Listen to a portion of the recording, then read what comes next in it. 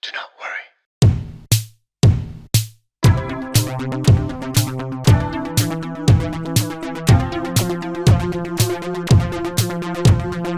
Well, howdy everybody. Welcome to episode 151 of Do Not Worry. Trump is president. Trump is back in the White House. 2024, Congrats. folks, the election is done. America is panicking. Everyone is panicking all over the world. We have an Iranian lady who walked around in her underwear, and she has inspired white women across the world. Israel continues its crimes in Gaza and Lebanon. We're going to discuss some Lebanese Twitter drama about like the ethics of going out during a war. Ethan Klein from H3H3 is still losing his mind, and we're doing a Love is Blind Habibi review at the end of the show, and a few more things, so stick with us. This episode has come out on a Friday. We usually release on Thursdays, but we wanted to wait to get the election results, so we recorded a day late.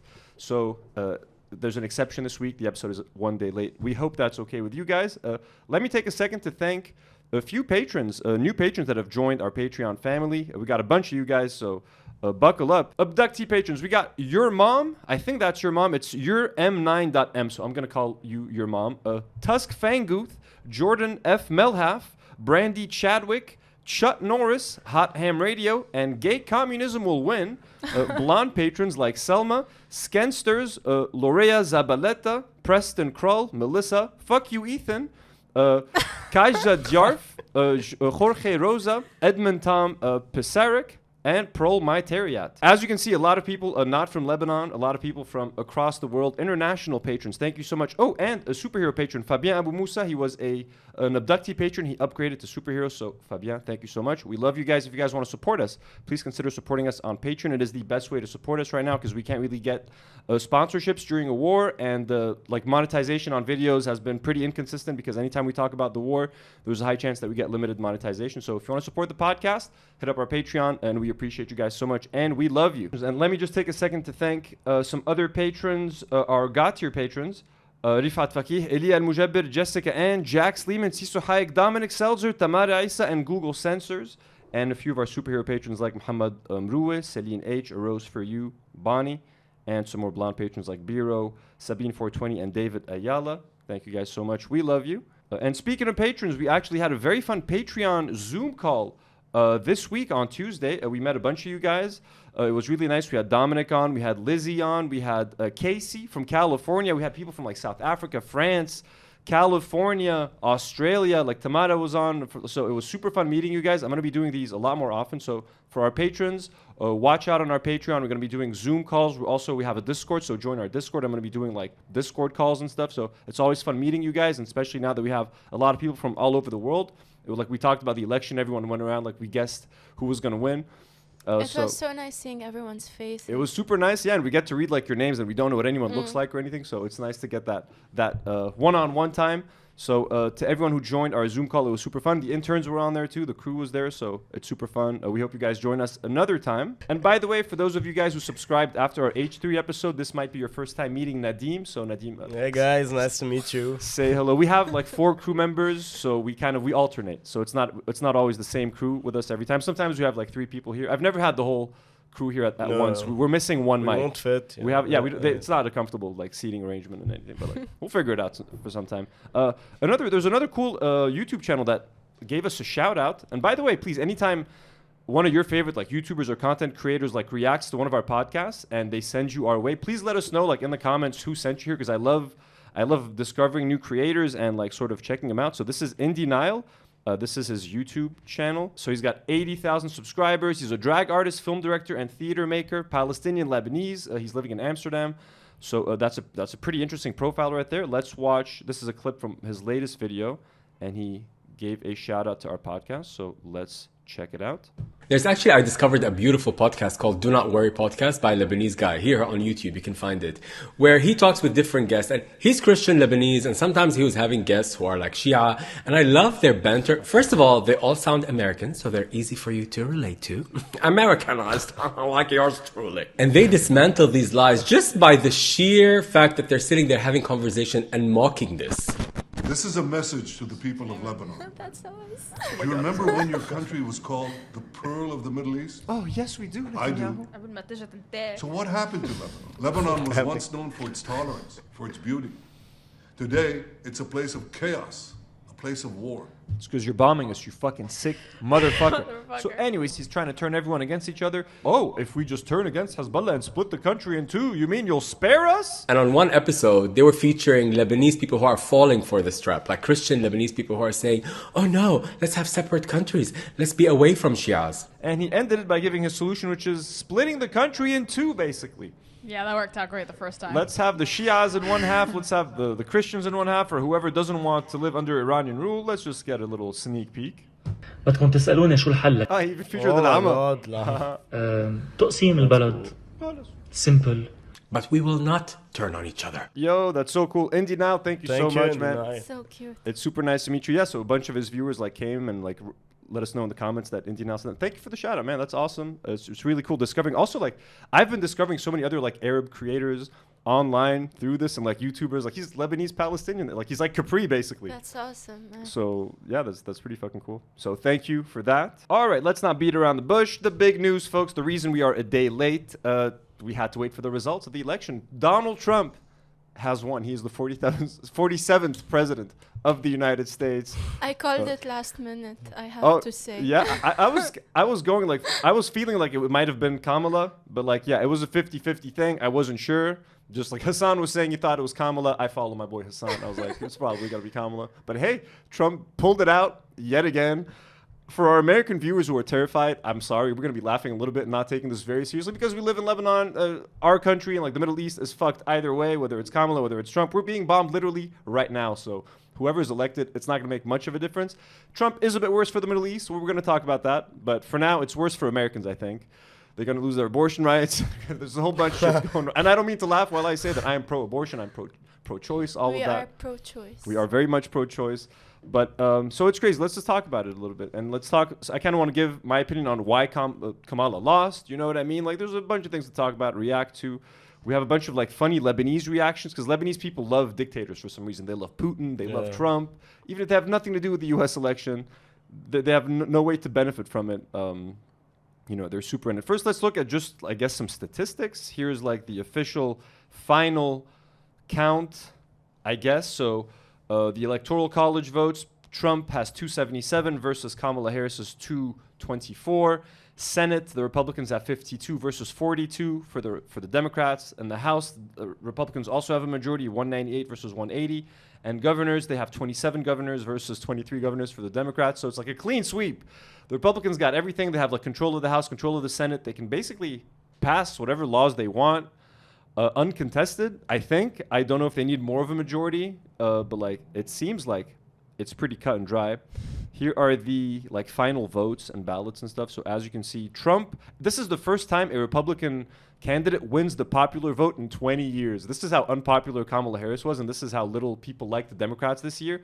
It's the first time Republicans only win through the Electoral College system. They never get the popular vote. So Trump got 71 million votes total versus 66 million votes for Kamala Harris. So 5 million votes more, which is a pretty significant number. That's crazy. It's not a small chunk. Like, people just straight up rejected Kamala Harris.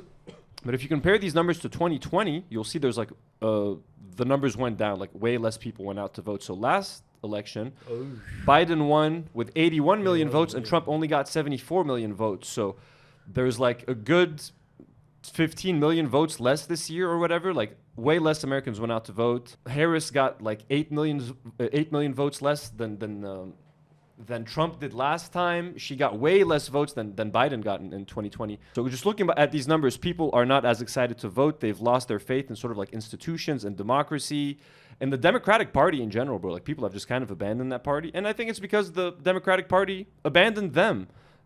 Here are stats out of Dearborn, Michigan. Dearborn, Michigan, as we've said before, huge Arab population, huge Muslim population. These aren't final numbers, but this is what it was looking like yesterday during the election. 45% of people voted for Trump. Jill Stein got 33% of votes, and Kamala Harris only got 15% of votes. That means like Arabs and Muslims have completely turned on Harris, even like Hispanics, which that makes no sense because all he talks about is wanting to deport them. So Hispanic people turning on the Democrats is also kind of funny. Absolutely stunning collapse. ED votes only, but yeah, Arabs are going out blazing against the Democratic Party. Hey folks, Anthony here from the future with some updated election results. The ones we read out were not final, so these are the most up-to-date ones so far. Kamala Harris has 226 electoral college votes and Trump has 295. When it comes to the House, the Democrats have 190 versus the Republicans with 205. And the Senate, the Democrats have 44 and the Republicans have 52. So again, it's still a clean sweep. I'm not sure if these are the final results, if there's a few more pending, but as of now, these are the most up-to-date. Nadim, were you shocked? انت مع Trump? Are you a Trump fan? I hate them both actually, but I was expecting Trump to win this time, and I think it's just because of this popularity that he had, especially as I said yesterday in the Zoom call. The fact that he actually reached the audience that he needed. Yeah, that's it. It was more of a marketing than it was more of an electoral game. So besides all of the failings that we're going to get into, and I'm going to share why I think Kamala lost, but also, Trump was able to make a lot of headway with young men. Most men in the States, white men swung for Trump, and all these podcasts that they watch, podcasts that I hate, but Fresh and Fit, the Nelk Boys, and weirdly enough, in Trump's acceptance speech, bro, Dana White, the president of the UFC, did you guys see that? Got on stage. I was watching it live. I was like, holy shit, this is so absurd. Literally, he got on stage and he thanked the Nelk Boys and Aiden Ross and Theo Von and Joe Rogan. I was like, this. If you guys have seen the movie Idiocracy, we're inching closer and closer to that movie every single day. So let's just watch this. This was absurd. Yes, they deserve it as a family. I want to thank some people real quick. I want to thank the Nelk Boys, Aiden Ross, Theo Vaughn, Bustin' with the Boys, and last but not least, the mighty and powerful Joe Rogan. The Nelk Boys and Joe Rogan got a shout out. Aiden Ross, what the fuck? At Trump's acceptance victory speech. It's fucking insane. So this is the America that we live in right now. That's it. Yeah, that's fucked. There was no concession speech by Kamala Harris. They just went to bed. Normally, the loser makes a speech and stuff. There was none of that. This time, Trump didn't even mention Kamala once in his speech. I'd like to congratulate my opponent. The country is very much divided. And I love Trump is always it's time to heal the country. We need to heal. Bro, you're the last fucking person to do any fucking healing, bro. This whole place is going to fall apart.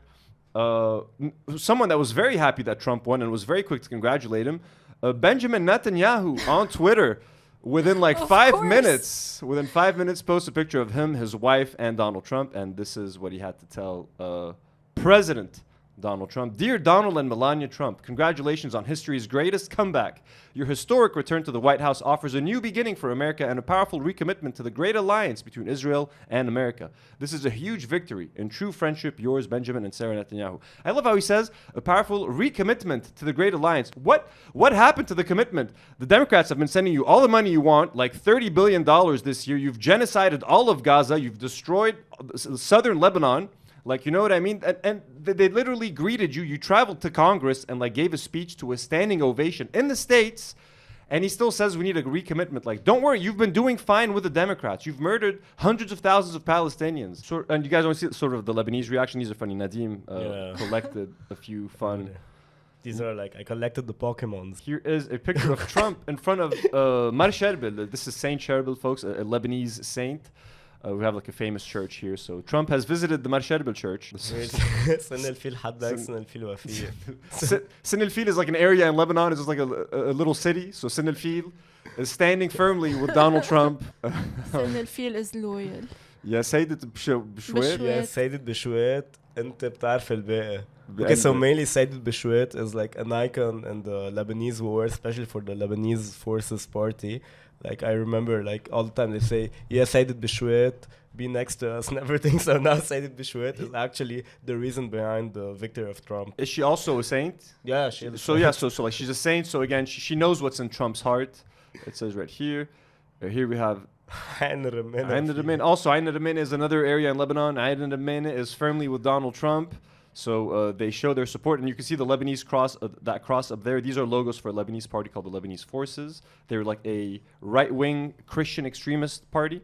So they're very much a support. We like to call them Zionists as well. They're pretty much, yeah, they're pretty Zionistic. Here's a video of it with, celebrating.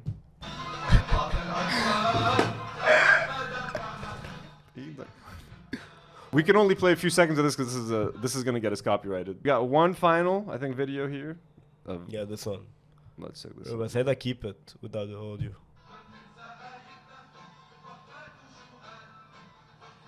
So this guy's driving in the States. This is clearly Trump. Wait for it. He's got a Marshall picture in his car. That's how you know someone's Lebanese. Wait for it. He's got a gun. No. He's got his And Glock. the fucking AR. And an AR-15. Okay, Jesus Christ. All right, our boys voting These Trump. are the kind of people voting. Second Amendment rights. Holy shit. Okay, so why? my goodness. So how did the Trump get away with this? I mean, clearly Trump is worse in so many ways than the Democrats. I mean, not in so many ways, not clearly, but like, here's my opinion on why the Democrats just lost. Basically, first of all, Joe Biden was not a popular president. Whatever we say, the guy was old, he was senile, and they kept trying to hide the fact that he was old for years, and all these Democrats in cahoots, like, no, he's fine. And we can all see him falling apart in front of our very eyes. Like, just a couple of videos. Here's Joe Biden falling at an event. This happened like 12 times where he kept falling everywhere he goes. This is just one example of an 80-year-old man who's losing his mind. He's physically incapable. Boom. And that's just Joe Biden. That's the president of the United States. Routinely falling at events, okay, just being old. And I'm not just, you could be physically, you can fall, everyone can trip, okay, but like, he's also just mentally falling apart. Here's another one, here's him. I just feel really bad that they did that to him. Yeah, like, they put him out there, and his family did that to him. He's not really aware of it. Guys, it's the same thing that happened to our Michel president, Aoun, yeah. man. Here he is going upstairs on a plane. Again, this happens all the time. He's fallen like 4 times going upstairs, going up a plane. Whoop. Falls again. He's like, whoop, Oh, no. whoop, whoop, oh, Hey. oh, ow, Joe Biden. You know, It's just so sad. it is kind of like, and I don't want to feel sad for him. He's a Zionist. He's Yeah, responsible for but, jailing like, so many he's an people. old and- man. Like, just Exactly. go rest in This your was him. bedroom. At the debate, if you guys remember, losing his train of thought routinely. What I'm going to do is fix the tax system. For example, we have 1,000 trillionaires in America. I mean, billionaires in America. And what's happening? They're in a situation where they, in fact, pay 8.2% in taxes. If they just paid 24% or 25%, either one of those numbers, they'd raise $500 million, billion dollars, I should say, in a 10-year period. We'd be able to wipe out his debt. We'd be able to help make sure that all those things we need to do, child care, elder care, making sure that we continue to strengthen our health care system, making sure that we're able to make every single solitary person eligible for what I've been able to do with the with the COVID, excuse me, with dealing with everything we have to do with. Look, He's just lost. if we finally beat Medicare. Thank you, President You Biden. did President beat Trump. Medicare. You beat it to the ground. Right, he did beat Medicare. He beat it to death. And I laughed out loud when I saw that. Like, that was such a good moment for Trump, sadly. And this He's was, such a character. Baby. he is. He's a meme. Huge character. This was after the debate, like Joe Biden's wife speaking to him like he was a fucking 5-year-old. Joe, you did such a great job. You answered every question. You knew all the facts.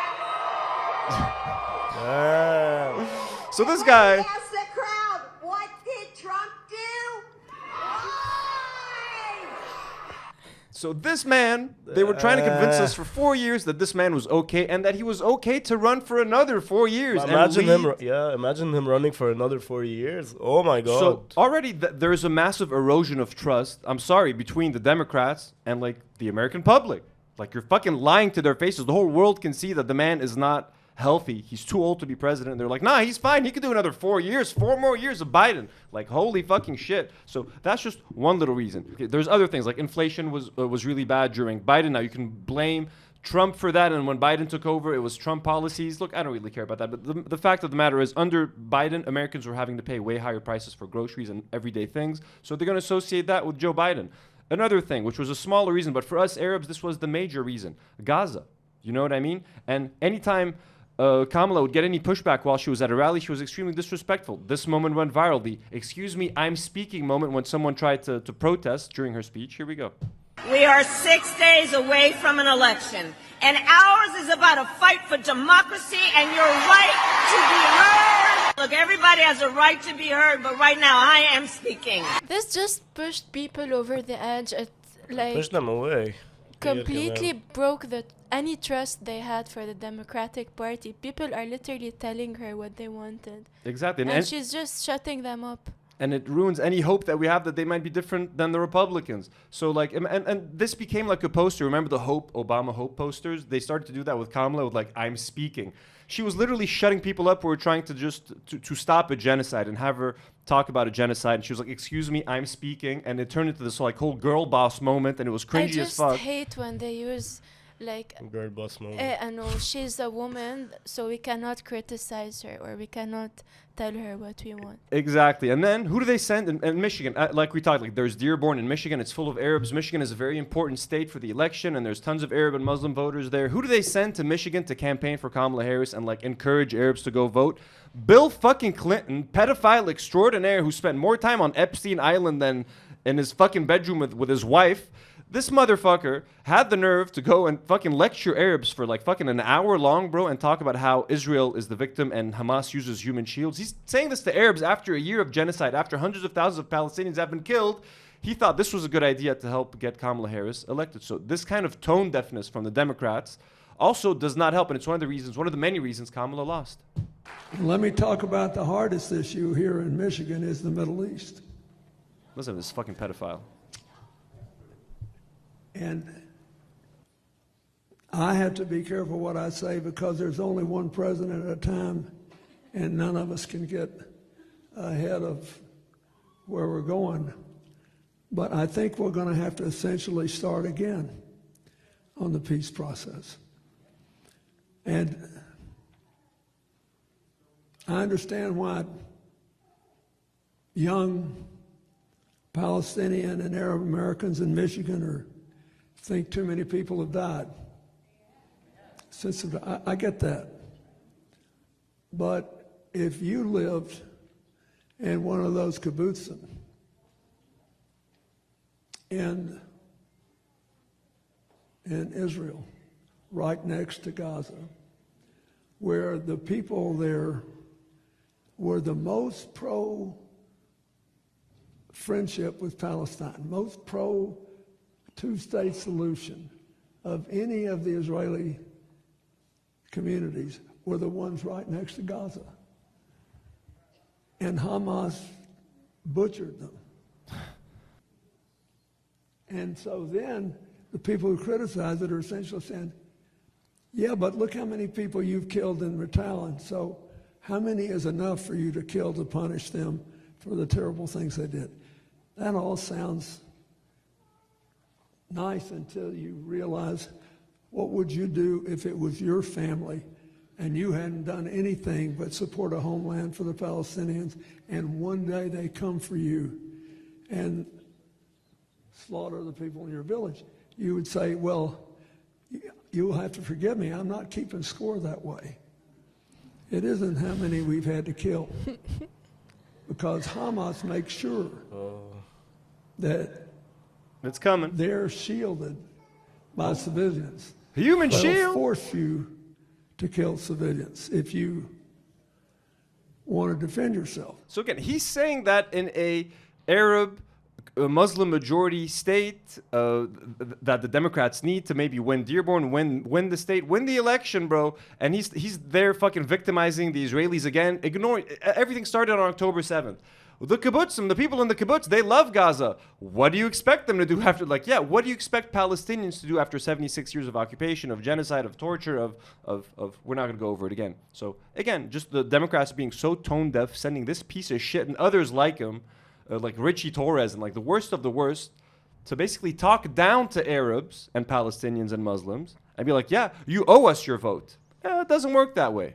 And his way of talking is so disgusting and condescending. Like, I get why you guys might think that the death tolls are high. Mm-hmm. I get why you might think that, but it's really not, because they use human shields, so it's fine. Exactly. And the kibbutzim, hey, they love Gaza. Oh my God, I will vote, I will vote, I will vote for Donald Trump. We got some other reasons why he lost. I mean, again, we talked about it last week. Democrats give you nothing to vote for. You know what I mean? Hey, vote for us because Trump is bad.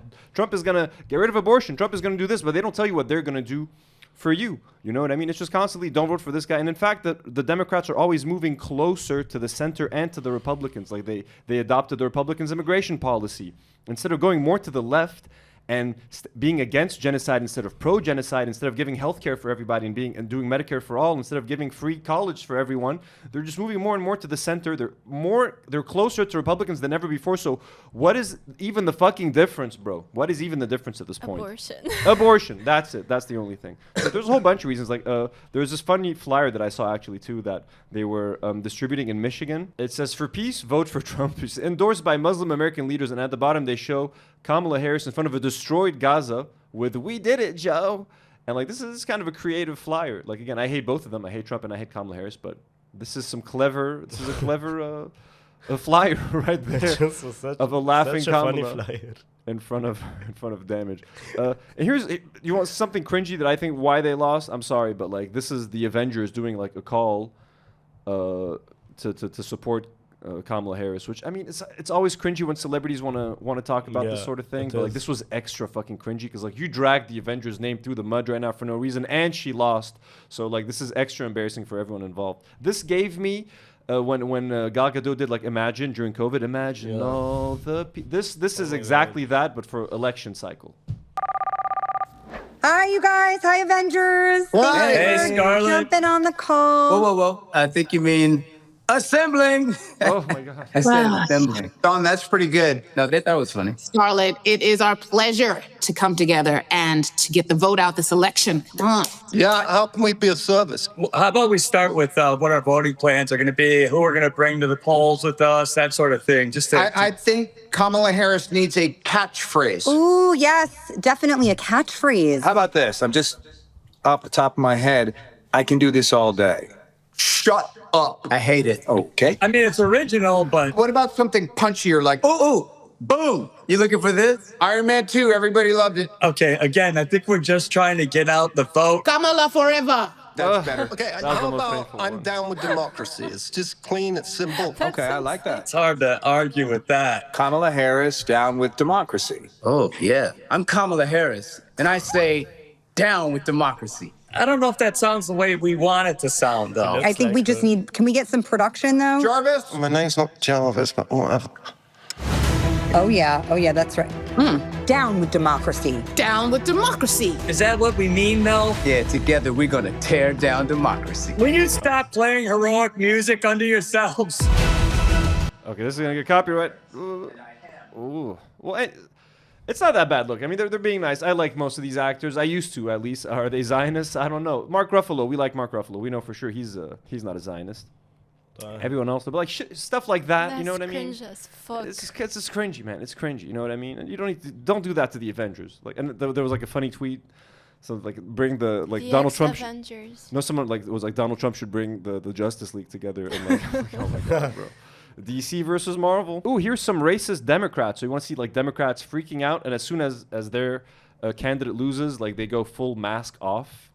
Here's a guy called Greg. So Greg says, and Greg has gay flags next to his name. He says, "Fuck Latinos and Arabs." There, I said it. Hope you all get deported and banned.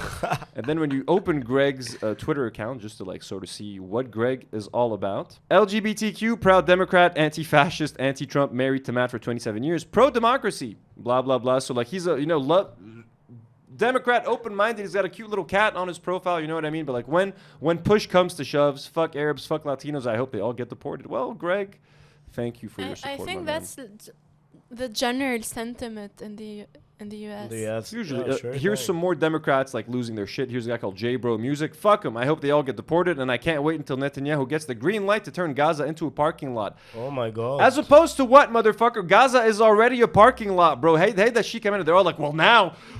see what's gonna happen to fucking Gaza now. I'm like, bro, we're getting bombed right now. Like, هلا من ساعة رج البيت because there was a fucking explosion. What are you talking about, bro? Here's Nathan Allen. Hope they make a parking lot out of Gaza, Lamau. Suck Beria. I hope Gaza gets turned into a parking lot. Like everyone's sharing the parking lot thing. Democrat Rick, them too. I hope Trump turns Gaza into a parking lot now because they're blaming the Arab voters or people who didn't vote because of the genocide. A lot of Democrats are angry about that. Centrist Democrats. But like, yeah, even I on Twitter, like I got someone who watches the show is like, bro, it's gonna be even worse for Arabs. I'm like, okay, but like, dude, we're literally getting bombed now. Like they're like, it's gonna be worse. You can't tell an Arab it's gonna be worse when we've literally witnessed a genocide. The whole situation sucks, bro. Having to choose between a genocide and a slightly worse genocide is pretty fucking shitty. But that doesn't mean we should settle and vote for the genocide. Like that is literally what we're trying to say. And fuck Democrats who think like this. And Democrats are gonna blame people who voted for Jill Stein, even though Jill Stein got like. She got no electoral votes. She got like 500,000 votes total in the whole country, and Kamala lost by 5 million. It's not like these votes would have made any difference, bro. Like, Kamala was just a shitty candidate with nothing to offer. When Kamala Harris ran in 2020, bro, she got fucking trounced, and she dropped out of the election fucking early because she didn't win a single state, not even her own state.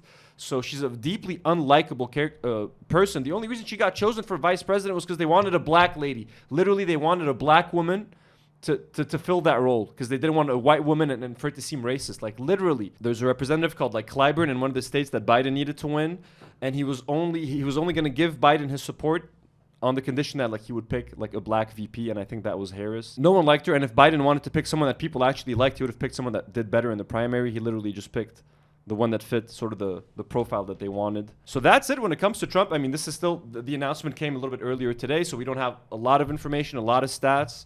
But it's going to be interesting seeing reactions across the states, across like what's going to happen. People are freaking out, leftist media and everyone's kind of freaking out. And this also just goes to show that the left needs to step it up when it comes to digital media and outreach to people, because like Republicans have that down. All young men, all of these podcasts that young men are listening to, like all I can think of is like Hasan on the left, who's like a male, who like does a popular leftist show. There's no one else. Republicans have like the Daily Wire, they have like Tim Pool, they have fucking like Joe Rogan, the Nelk Boys, all that sort of shit. Aiden Ross, all these streamers, all of this right-wing leaning stuff. The left needs to step it up, man. Step it the fuck up, and really it makes you appreciate people like Hasan so much more, because like they're the only ones out there sort of like doing this and fighting the good fight. So yeah, and if we can do anything to help, but like I was never going to be one to encourage anyone to vote for Kamala Harris. Again, us being Arabs, we're the exception in this case. You guys should understand. Okay, enough election talk for now. Let's get into some Twitter drama, Lebanese Twitter drama. This is a character that we've talked about a bunch. I've beefed with this person on Twitter. She's blocked me before on my old account, but now I have a new Twitter account, so she's not blocked me on there yet. Her name is Ghida Arnaout. She's an influencer, but like I don't know what she's famous for, but like she's not big on Twitter, but she's big on Instagram. I know she's like an athletic like climber. Stuff like that. She climbs. Twitter person. Well. And she's famous on Instagram for stuff. Anyways, she kind of went viral for sharing this tweet a few days ago. It was Halloween, as you guys know, a few days ago, and people in Lebanon were pretty. We're not sure whether we should celebrate or not because the country's getting bombed. South Lebanon is getting bombed. Beirut is getting bombed. People are dying by the thousands. It's kind of weird to go out and party when stuff like that is happening. Did you see anyone celebrating? I personally didn't see anyone celebrating, and I don't know anyone that celebrated personally. Actually. But there's still people that are going to celebrate. And look, I'm not going to be one to judge people. I personally would not go out and party when stuff like that is happening. You know what I mean? I feel weird. I feel awkward. I haven't been out to even like have dinner at a restaurant since the war started in Lebanon. But I'm not going to judge people that go out. I remember my mom used to tell me like during the Civil War, my mom used to go out and party in the Civil War in Lebanon. Like, and I never used to think twice about it when she used to tell me that. Again, to me, that used to be kind of badass. Like, oh yeah, Lebanese people are so resilient. Nothing can stop them. But like now that I'm an adult, I wouldn't do that. To be fair, I'm not someone that goes out clubbing anyways. So I'm not a huge fan of clubbing. So when there's no war, I don't go clubbing. So when there's a war, I'm definitely not going to go clubbing. But for people who love going to party and stuff, if it's some kind of release for them, look, I'm not going to complain. There's way more important things to do than complain about what people want to do in their free time. What I would say is maybe don't share it on social media. Be kind of sensitive. And if you're going out to like have a fancy dinner, or if you're going out to party, be considerate of the fact that what your country is going through, and maybe don't flaunt it on social media. That's the most that I would tell people. So Ghida shared this picture of people sort of at a Halloween party or something. And they say during this Halloween weekend, and they're listing sort of events that you can go to for Halloween. She says, tfih, tfih, tfih, which is basically like she's spitting on something. You say, tfu. You write it down as tfih on Twitter. What a sick, apathetic society. How can you even party when half of the country is still under the rubble? Tfih. Again, one more spit for good measure. She's disgusted by these people who want to go party on Halloween during a war. Look, I mean, it's a fair sentiment. You can think that. I wouldn't publicly talk about it, at least not anymore. Maybe a long time ago I would have bitched about something like that. But to me, like, this is so not important anymore. But she got a funny reply, and let's check that out. Jared Kushner Leb says, you were in a concert a few days ago. So that's kind of a burn right there. And she has to respond. She's like, I was in a concert that I bought the tickets for a year ago when I was sitting in my seat crying at depressing music. See how much she has to justify herself now? Which she would not have had to do had she not like thrown the first stone. And like, what's the saying? Like, if you live in a glass house, don't throw stones. And like, this is exactly what she did. She's out having fun, going to concerts, and then complaining when other people go partying. So only she's justifying, well, I bought the tickets a year ago while I was sitting and crying. You don't need to be justifying any. If you weren't insulting other people, you wouldn't have to sit here now and like explain yourself. So I was at a concert that I bought the tickets for a year ago while I was sitting in my seat crying at depressing music. I wasn't celebrating Halloween while partying and dancing and getting drunk. Yalla, add that to the notes you're keeping about me. Lol. That's so funny. It's so funny. Like, it's kind of immature. Like, you So started. violent. It's like, bro, it's like complaining, and you're literally at a concert. Like, you can't go to a concert and then complain about people going to a party. I'm sorry, bro. My totally personal story is valid, and my experiences are only valid. Yours are not. Exactly. Don't go party. Walid Emrihan replied and grabbed a couple of photos of Rida and shared them on Twitter. He said, 21 hours ago, you were enjoying yourself and living the time of your life. Why can't others? Wallah, Insta content is different from this platform. So I guess she shared these on Instagram. She's having a good time, as she should. She's like climbing a mountain, etc. She's an adventure. So then, now she has to explain herself again. And again, don't throw stones if you're doing shit like that. So she's like, that's literally my job, Walid. I own an adventure travel company. And no, Habibi, this is not the same as dancing and partying 30 minutes away from the rubble. But again, do whatever the hell you want. So now it's like justifying. I'm farther away from the rubble, so I can dance. Or I can go out and have fun. You're too close to it, so you should stay home and complain and cry. Bro, by the way, does she know how many people actually lost their job because clubs they closed? Yeah, I mean, look. That's fair. Yeah. That is fair. I don't really feel bad. Like, I feel bad for people who lose their jobs, but like, some industries are gonna eat shit. But when there's war, like, to me, it's just weird to go to a club. But like, of course, I feel bad for someone losing their job. You know what I mean? But does that mean I want to go to a club to make sure that the bartender has a job? No. Maybe let someone else do it. But I'm not gonna yell at the guy who wants to go to the bar. You know what I mean? But like, I mean, I know, just the circle is gonna complete itself. You don't have to go to a bar. Someone else will. Just don't talk shit about people, especially during these times. I know. And if she wanna use this argument about this is my job, I work at in a club. The last time I had an income was literally 2 weeks before the war. Lala, I don't have any income. yeah, clubs haven't reopened in Lebanon, have they? Yeah, Yeah. So people are struggling. And again, like, just because I don't like going to clubs doesn't mean I'm gonna sit here and judge people. You know what I mean? Even and I think it's kind of fucked up to go party when there is a war. But like, again, if it's gonna help make someone feel better, bro, they're not harming me at the end of the day. I'm fucking chilling at home. I'm doing my thing. If someone's out at a partying, it's not gonna change my life. So Walid responds to Rida's tweet. Oh my god. And he says, so it's okay for you to work, but people in the entertainment industry shouldn't. Of course, people will do what the hell they want because they won't be waiting permission from a double-faced, attention-seeking person. So that's kind of where it ended. So yeah, I figured we could talk about it. Like, yeah, I have not been going out. I'm not judging people who are going out unless they're putting it in your face. You know what I mean? And they're like fucking shoving it in your face. Like, yeah, I went to a party. I had this for dinner. I had that. Look at my amazing life. When it's like, maybe keep it in your pocket for now. Don't talk about it. Yeah, like for example, I can talk about something.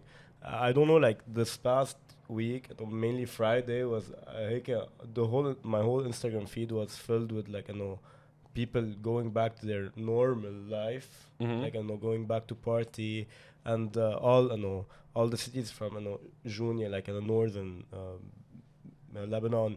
The clubs opened, and now there was this beef between the clubs that are in Beirut and not South Lebanon, Beirut and Jounia. It was super funny, yes. And for example, Beirut's club is closed. Okay, so I'm going to go to Odin Zar. It's getting normalized again. The war is starting to fade into the background, and people are going back to their day-to-day lives. And people started to post reels of how was life before. that this is literally the cringiest shit ever. Like they edit Beirut with the summer and Beirut and all the footages deja are in Batroun. Not even in Beirut. But I do feel like people are going back to normal. Like you can kind of use Instagram stories about like what the sentiment is, and people are back to posting their food. People are back to posting their outings, back to posting that. Even universities is so fucked. And today I had a class. Today, literally, whenever this huge bomb like exploded, I was having a one-on-one with the teacher, and then the sound went boom, and we went crazy. Like for like 2 seconds, we looked through the window. I told her, yeah, it's an explosion. Then I came back and I showed her my assignment. Then it's back to normal. Yeah, you can't linger on it. Yeah, we got to move on. Yeah, it's back to work. We got a capitalism, baby. We got a school, everything. So yeah, Rida, I hope she doesn't block me again because she always gets into some interesting Twitter beefs. She's gonna. But like, hey, I didn't say nothing. I'm just saying, if you're gonna throw stones, just make sure you don't live in no glass house. Don't be a hypocrite. Anti-Semitism. So I've seen. Look, we talk about H3, and he's always complaining about a rise in anti-Semitism, but like tensions are high across the world. There's a rise in anti-Semitism and Islamophobia. Okay, we're gonna talk about actual anti-Semitism. Actual anti-Semitism, yeah. Not like cafes refusing service and stuff like that. So here's a story. And I'm seeing all of this stuff on like Twitter, for example. But let's just watch a few of these videos. And like, I disagree with what's happening here, by the way. Like, this is extremely fucked up. Here is someone who walked into like a Jewish deli or a Jewish cafe, and he's just harassing like someone sitting there. Let's watch it. No, do you support it or not? Get out. If you're gonna record it and you're gonna post it, tell the people how you feel. Do you support it or do you not support it? I don't need to answer to you. You're not interrogating me. You can't answer already. I don't need to answer to you. You're coming and harassing people. You're coming and harassing people eating breakfast. I'm here with my baby. I'm getting harassed by this guy who just walks up from the street and starts harassing random people. Listen. Get a life. Get a life. You guys are killing babies. You guys are killing babies. Yeah. Why are you coming into a Jewish store? This is a Jewish store? Yeah, it's kosher. Black neighborhood? It's kosher. What black neighborhood? This is America. What is kosher? Jewish kosher food. Bro. Get a life. What you're doing is wrong. Get a life. Something bad's gonna happen. Get a life. Something very bad is coming. Something's very bad is happening to your friends over at H groups. What age groups? What does that mean? Hezbollah, Hamas. Your friends, yeah, they're your friends. They're human beings. Human beings. Go look at the footage of October 7 and tell me they're human beings. Oh, one day justifies 365 days of pure bombing. I'm not engaging. They're both making bad points right now. People are evil. Look at this place. You guys trying to kill JFK. He walks in there. You guys are trying to assassinate Trump. You guys are evil. He looks at the coast. You guys are evil. Jewish people are evil. I think Hitler was onto something. Oh, there we go. So I mean, he's going completely anti-Semitic. He said, "You guys killed JFK. You guys tried to kill Trump, like the Jews, basically." And Hitler was onto something. So this is completely unacceptable, obviously. But it's just showing you, like, and he's like, this is the equivalent of someone walking into like an Arab cafe or like a Middle Eastern cafe. You know what I mean? Like a halal shop, and like harassing an Arab or a Muslim person just because of something they saw on the news. So this is horrible. This is what happens when Israel does all of this in the name of Judaism, and they start conflating anti-Semitism with anti-Zionism. You get people like this guy who, part of him, he means well. He's like, he sees what's happening on TV. He sees a year of genocide, and he's like, this is fucked up. But then he's mixing it in with anti-Semitism, and like, you guys tried to kill JFK, and Hitler was right. It all gets fucked up. But things like this are happening all over the U.S., all over the world. I saw this in Madrid over Halloween. Someone dressed up as like an Israeli, which, okay, I mean, there's an Israeli flag, there's blood splattered on the flag, I get that, there's a dead baby, but then he's got like a nose, like a stereotypical like fucked up nose with like the curls of like a traditional Hasidic Jew. So this to me is an anti-Semitic costume, you know what I mean? Like, I get the political statement behind it, and I respect it, but I do not respect the rest of the costume and sort of the caricature of Jewish people. So again, it's not okay to see someone walking around in a costume like this, I think, in like Madrid in 2024. What do you guys think? Like, this is clearly a racist costume, and I think this is kind of fucked up. Yeah, I mean, what do they expect? I know this is of their own doing, and what they do to us is going to happen to them, so they think all of us are Hamas terrorists or Hezbollah terrorists. So but I think it's just like the normal course of action that people will also like not care if a Jew is not a Zionist. Exactly, and people shouldn't, like, if you see a Jewish person, it doesn't give you the right to like interrogate them like, hey, are you Zionist or not? Like, that's also kind of fucked up. Like, yeah, it's none of your business. I mean, it is weird for Palestinians living in the States and then being surrounded by like Zionists. It must be horrifying and terrifying for them. But like how do you don't even know who's a Zionist? Like, you have to talk to people to know. So don't follow Jewish people and be like, hey, are you Zionist or not, bro? Just like, you got to stay out of it. It's important for us to call this out because when you see people like Ethan Klein constantly conflating anti-Semitism with anti-Zionism, I think as Arabs, it's important for us to call out anti-Semitism when we see it, to just like prove to you guys like, hey, we know what the fuck we're talking about. We're not crazy anti-Semitic fucking freaks. We know the difference between Judaism, we love Jews, we love all religions, and Zionism, okay? There's a couple other incidents that I want to talk about. Here's a tweet by Henry K. Jonathan Hirsch, wearing a Star of David hat, the guy on the right, was kicked out of Jerusalem Coffee House in North Oakland by owner. Oakland police are investigating whether this was a hate crime, so let's watch the video. This gentleman asked me to leave because of my hat. You being this is a violent hat and you need to leave. My hat is a violent it's violent. Hat. It's violent. I'm you need sorry. to leave. This man cannot ask me to leave because I of my can. hat. It's my business, bro. No, he can't. It's my business. You can't refuse someone. I can. Yes, I can. You can't refuse service for a protected class, and he's asking me to leave because of a Magen David Dome, which is a Magen David, which is a Jewish star. He can't ask me to leave because of my religion. He can't ask me to leave because of that. Yes, you are. You said are you a Zionist? You said. Are you a Zionist? I don't have to identify myself by my belief. Excuse me. Get out. Please back away from me. Get out. Yes, he does if he's asking me to leave based on a protected class. Are you really like? I'm sitting here quiet. We were sitting here quietly playing. I don't. You're wrong. Call the police. I don't. They're wrong. Call the police. You're gonna have a lawsuit. I don't. You're wrong. Call the police. Yeah, I'll call the cops on you, bro. Do it. Even though it's against my ethos, I'm gonna call the cops. Do it. Call the cops. You can get an education today about your ignorance. You see the shop owner, the cafe owner, literally like walking up to the guy and be like, "Are you a Zionist?" You can't see a Jewish person and be like, "Are you a Zionist?" If you are, you need to get out of my coffee shop. This is like the equivalent of bakeries refusing to sell gay couples cakes. This was a whole big controversy in the States.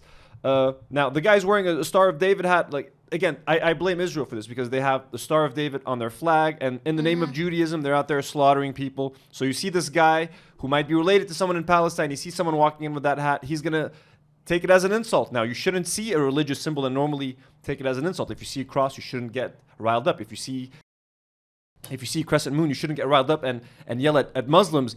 But like, this guy saw a Star of David and it just made him think of, like, he said, your hat is violent. Like that, people are associating the Star of David with violence, death, and genocide. And this is all, you can blame all of that on Israel. But it does turn out that this guy, Jonathan Hirsch, the guy who was wearing the Star of David hat, apparently he is known for going to like businesses and getting in trouble. Like, this isn't his first incident where he's filming himself and getting into an argument with a business owner. So first, here's someone who is talking about the Palestinian coffee shop that the guy was at. He says, this is Elon Mizrahi says, this establishment is a small, sweet, and quiet Palestinian cafe, which I happen to know. I was there and I said I was originally from Israel. I was not refused service, and when they came to learn a little bit more about who I am, an interesting conversation took place.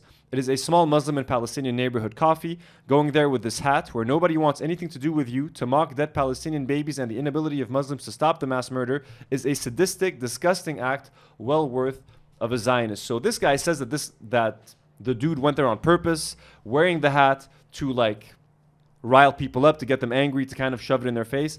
I don't know if that's true, but apparently the guy is a notorious dude who like goes into cafes and like businesses and gets in trouble and shares them online. I don't have the rest of the videos, but if you look it up, he's done it a bunch of times. But again, I don't think the situation is right at all, and you shouldn't walk up to a Jewish person and be like, "Hey, are you Zionist? Get out of my business."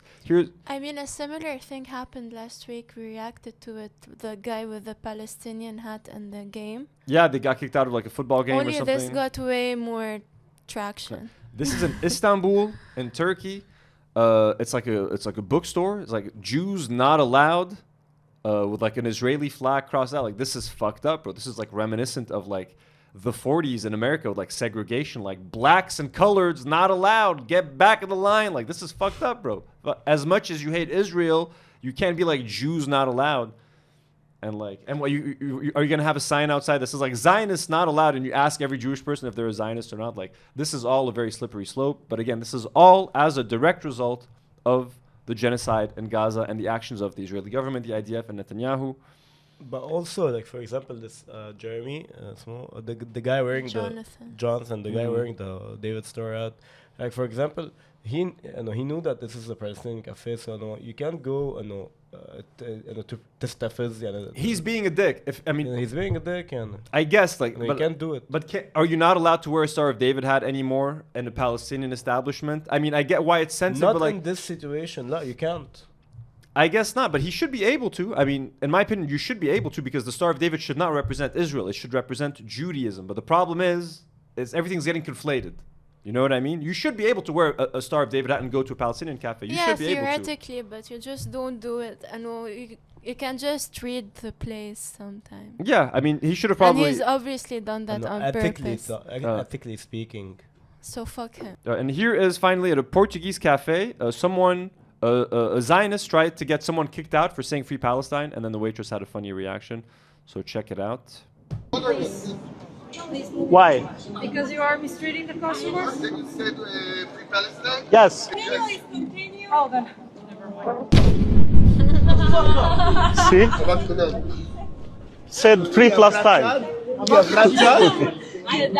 So as soon as the waitress found out that the guy was just saying Free Palestine, she's like, "Oh, you can keep going. No need to kick you out. You're good." And here's a tweet by Rania Khaled talking about sort of what we're talking about, the Star of David and what it represents. I'm just going to read this tweet right now. There is now a debate online about the offensiveness of Arabs who are put off by the Star of David. Those claiming that this attitude is based in bigotry are gaslighting all of us. A settler country has prominently displayed the Star of David on its flag, its fighter jets, its tanks, its soldiers' uniforms. Its fighters leave Star of David graffiti alongside racist, hateful messages on the homes they desecrate, trash, steal, and demolish. Israeli settlers have literally burned the Star of David into the skin of their victims. It's not bigotry behind the increased horror at the symbol, it's fear. Arabs are scared of it because people who use it the most are literally burning Arab children and then taunting them under the banner of the Star of David. If this dynamic upsets you, take it up with Zionists whose most cherished symbol is essentially the Star of David. It is not lost on me that people are more offended by Arab fear and even disdain for a symbol that has come to symbolize hate and genocide against their people than they are at the literal burning of children every single day by the terrorist state of Israel. So I think that's a good point. And Ethan Klein made some comments that are against what we're saying, which we're going to comment on in a little bit. Of course. He's back. Ethan Klein, baby. H3. I know we said we weren't going to be talking about this anymore, but we're going to wane off H3 bit by bit. I'm over it. We're all over it, but he fucking doesn't shut up. He doesn't stop talking about Hasan, so we're not going to stop. Okay, so it is time to talk about the huge Iranian thing that happened. The lady walking in her underwear. First of all, here is the video that went viral over the weekend. There's conflicting reports of what happened. Most people are saying that the mainstream story is that she was in university. She's a student. She got the morality police came over to her. She wasn't wearing her headscarf right. They apparently tore off her clothes or started tearing off her clothes. She got aggravated by them. She tore off the rest of her clothes in protest and walked around the university campus in her underwear, in protest essentially. Here's a clip of that. And it has gone viral all over the world. It's being shared.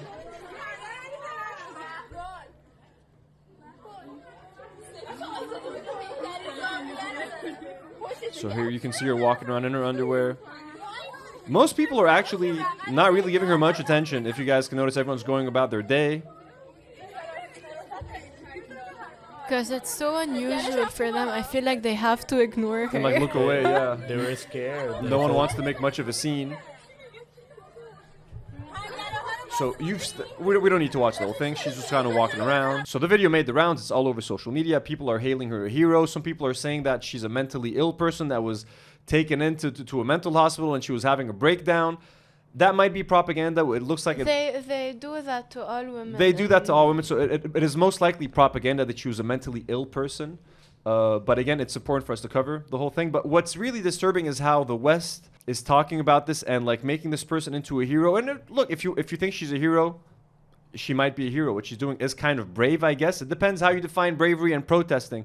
But what sucks is she's protesting. She's protesting. Sure. But what sucks is how the West is co-opting this story to just make Muslim women look bad. And again, it's back with the whole oppression narrative. Muslim women are oppressed. Western women are not oppressed. Western women need to save Muslim women from oppression. And it's this whole fucking narrative that I'm just very tired of. So here's a tweet from Azam Jangravi, sort of sharing a story that happened with her a few years ago, and how she's sort of proving that the Iranian government labels everything like this as like mental illness, so it's propaganda basically. So let's see what she had to say. She said, when I protested against mandatory hijab, after the security forces arrested me, my family was pressured to declare me mentally ill. The Islamic Republic of Iran even taking me to a forensic doctor. One of my relatives came to see me in prison and shared the situation. He was under so much pressure that he cried, saying, you won't go to jail like this. I looked at him with anger and asked, are you saying I'm crazy? Am I a psycho? How could you do this to me? Then we both burst into tears. I refused and asked him not to go through with it. My family didn't do it, but many families under pressure do it, thinking it's the best way to protect their loved ones. This is how the Islamic Republic tries to discredit women by questioning their mental health. Jackson Hinkle, do not spread this information, keep quiet, and do not speak about a woman who is in danger from the Islamic Republic of Iran. So I do tend to believe what Azam is saying, and I do think that it is most likely propaganda. I don't think this is just a crazy lady who just started stripping and walking around campus. I wish Jackson Hinkle would just mind his own Who business. the fuck is that guy, bro? Like some American guy who thinks he's ultra Lebanese for some reason. I don't even know if he lives here. He's just always tweeting about the situation in the area. He's a bit too extreme. So this is Elika Lebon. She said, in Iran, a woman who was accosted by the morality police for not wearing hijab removes her clothing and roams the streets in defiance. She has since been arrested by the IRGC forces and forcibly disappeared. This is the brave face of true resistance. And this is where it starts, sort of all of these Westerners. I think this lady might be Arab because she wrote her name in Arabic. But all of these Westerners, how brave. Look at this hero.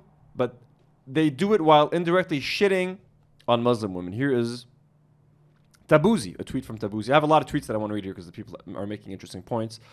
He says, the amount of white women that will talk about this bullshit while they've been ignoring the thousands of women and girls in Gaza, killed in Gaza, lol, which is kind of true. You know what I mean? Exactly. Like we've had brave women doing all sorts of shit in Gaza. And so here's Jules Boutros, who's kind of buying into the propaganda, I think. So it's important for us to call it out. He says she has a mental disorder and escaped from the hospital. She was sent back to the hospital and is well and alive now. She was neither arrested nor beaten to death. However, Palestinians in Gaza are being arrested and beaten to death just for existing, having done nothing wrong. So some people are buying into that she's like a mental hospital patient or something.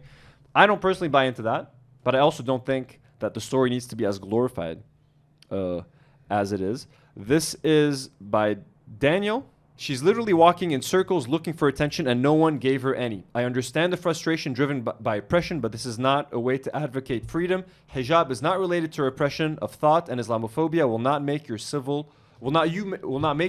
or cultural. And this is where things start getting kind of racist, when like all of these art pieces start coming out. So here at the Associated Femme, Azadi shared this picture of, a brave woman. Iranian women are fearless.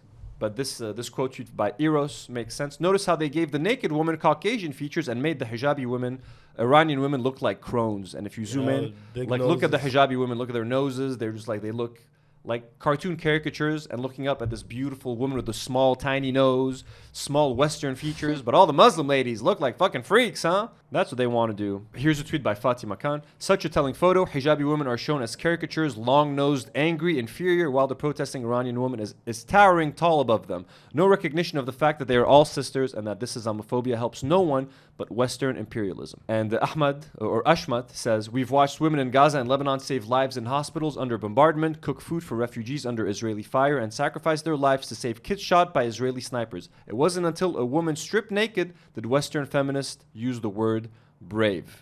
This is Maryam Jamshidi. As an Iranian woman, I reject Western states and liberals who co-opt us to promote notions of feminism revolving exclusively around bodily autonomy and excluding socioeconomic rights, and who promote us while actively murdering our sisters in Palestine and Lebanon. Here's another racist caricature of like hijabi women with fists instead of faces, while the woman in her underwear is killed, lying on the floor dead, and she looks like a blonde white woman with tiny European features. And again, a tweet by Muhammad. The woman in her underwear depicted as a blonde white woman. Meanwhile, those in hijab aren't even depicted as human. Another art piece here shared by Calvert Drash. Kamena, you see her, sort of the woman in her underwear looking beautiful, and the Muslim women veiled look terrifying, angry. This is a great example of Orientalism and feminism. The narrative is stripped off its original context and co-opted into Western values that selectively fetishize parts of our causes and dehumanize what is deemed as different. They don't really care about liberation. Fetishizing, it's exactly what it is. Exactly, yeah.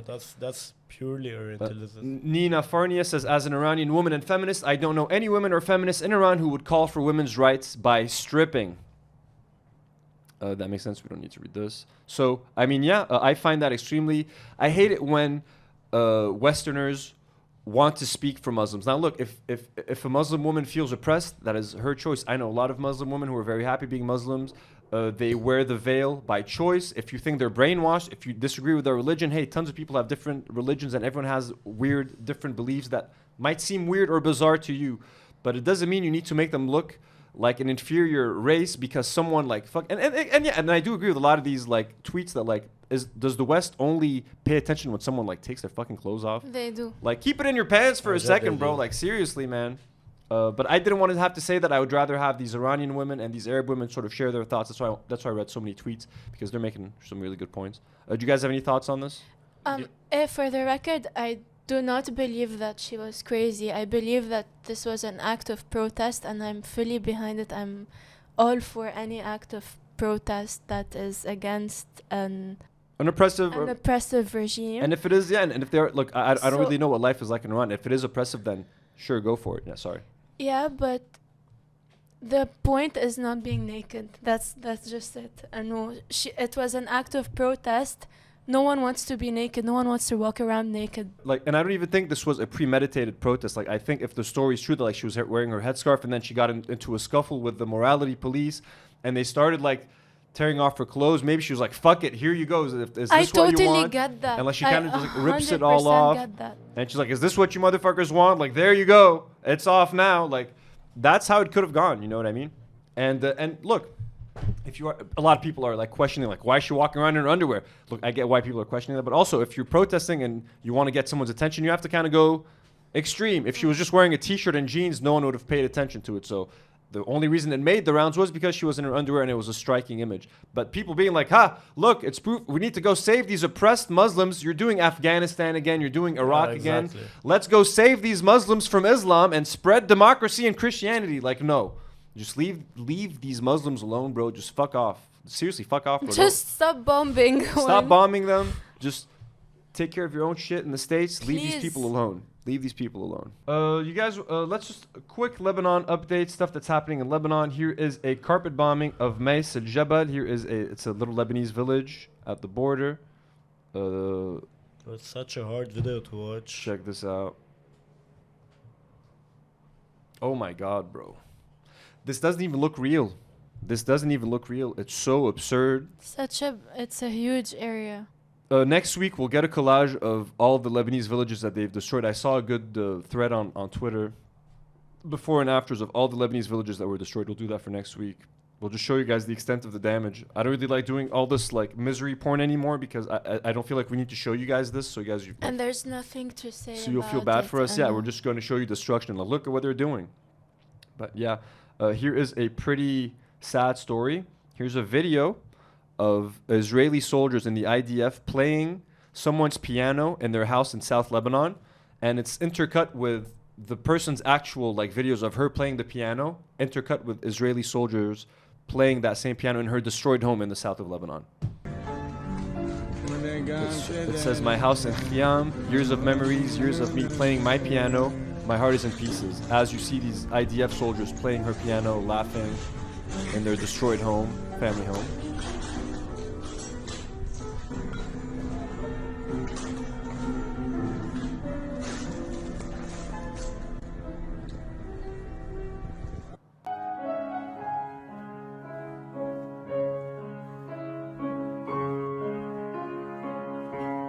Who shared this? Can you read the name? Julia Ali. Julia Ali. That is extremely messed up. This is such a haunting image. It reminds me of the story of someone in Gaza who found an Israeli soldier playing with his like dad's guitar. His father had given him like a guitar, and there's like a photo of an IDF soldier just like playing with that guitar that meant so much to him. What a heartbreak. Homes, memories, lives, generations of families, bro. All this stuff just wiped out in a second.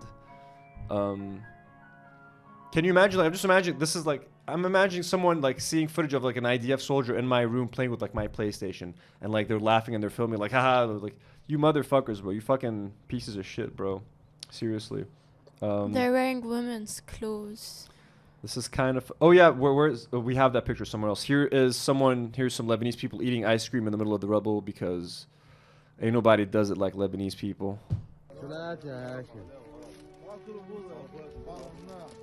I guess they found like a functioning freezer with some ice cream in there. Enjoy, boys. Enjoy it. You deserve it, man.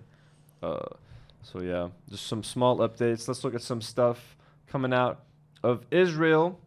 So here are IDF soldiers wearing Lebanese women's clothes in homes in South Lebanon as they're entering and like raiding them and stuff. They did that in Gaza. That's just sick. It's sick. It's fucking sick. These are not mentally ill people, and Haidika, she's a mentally ill person.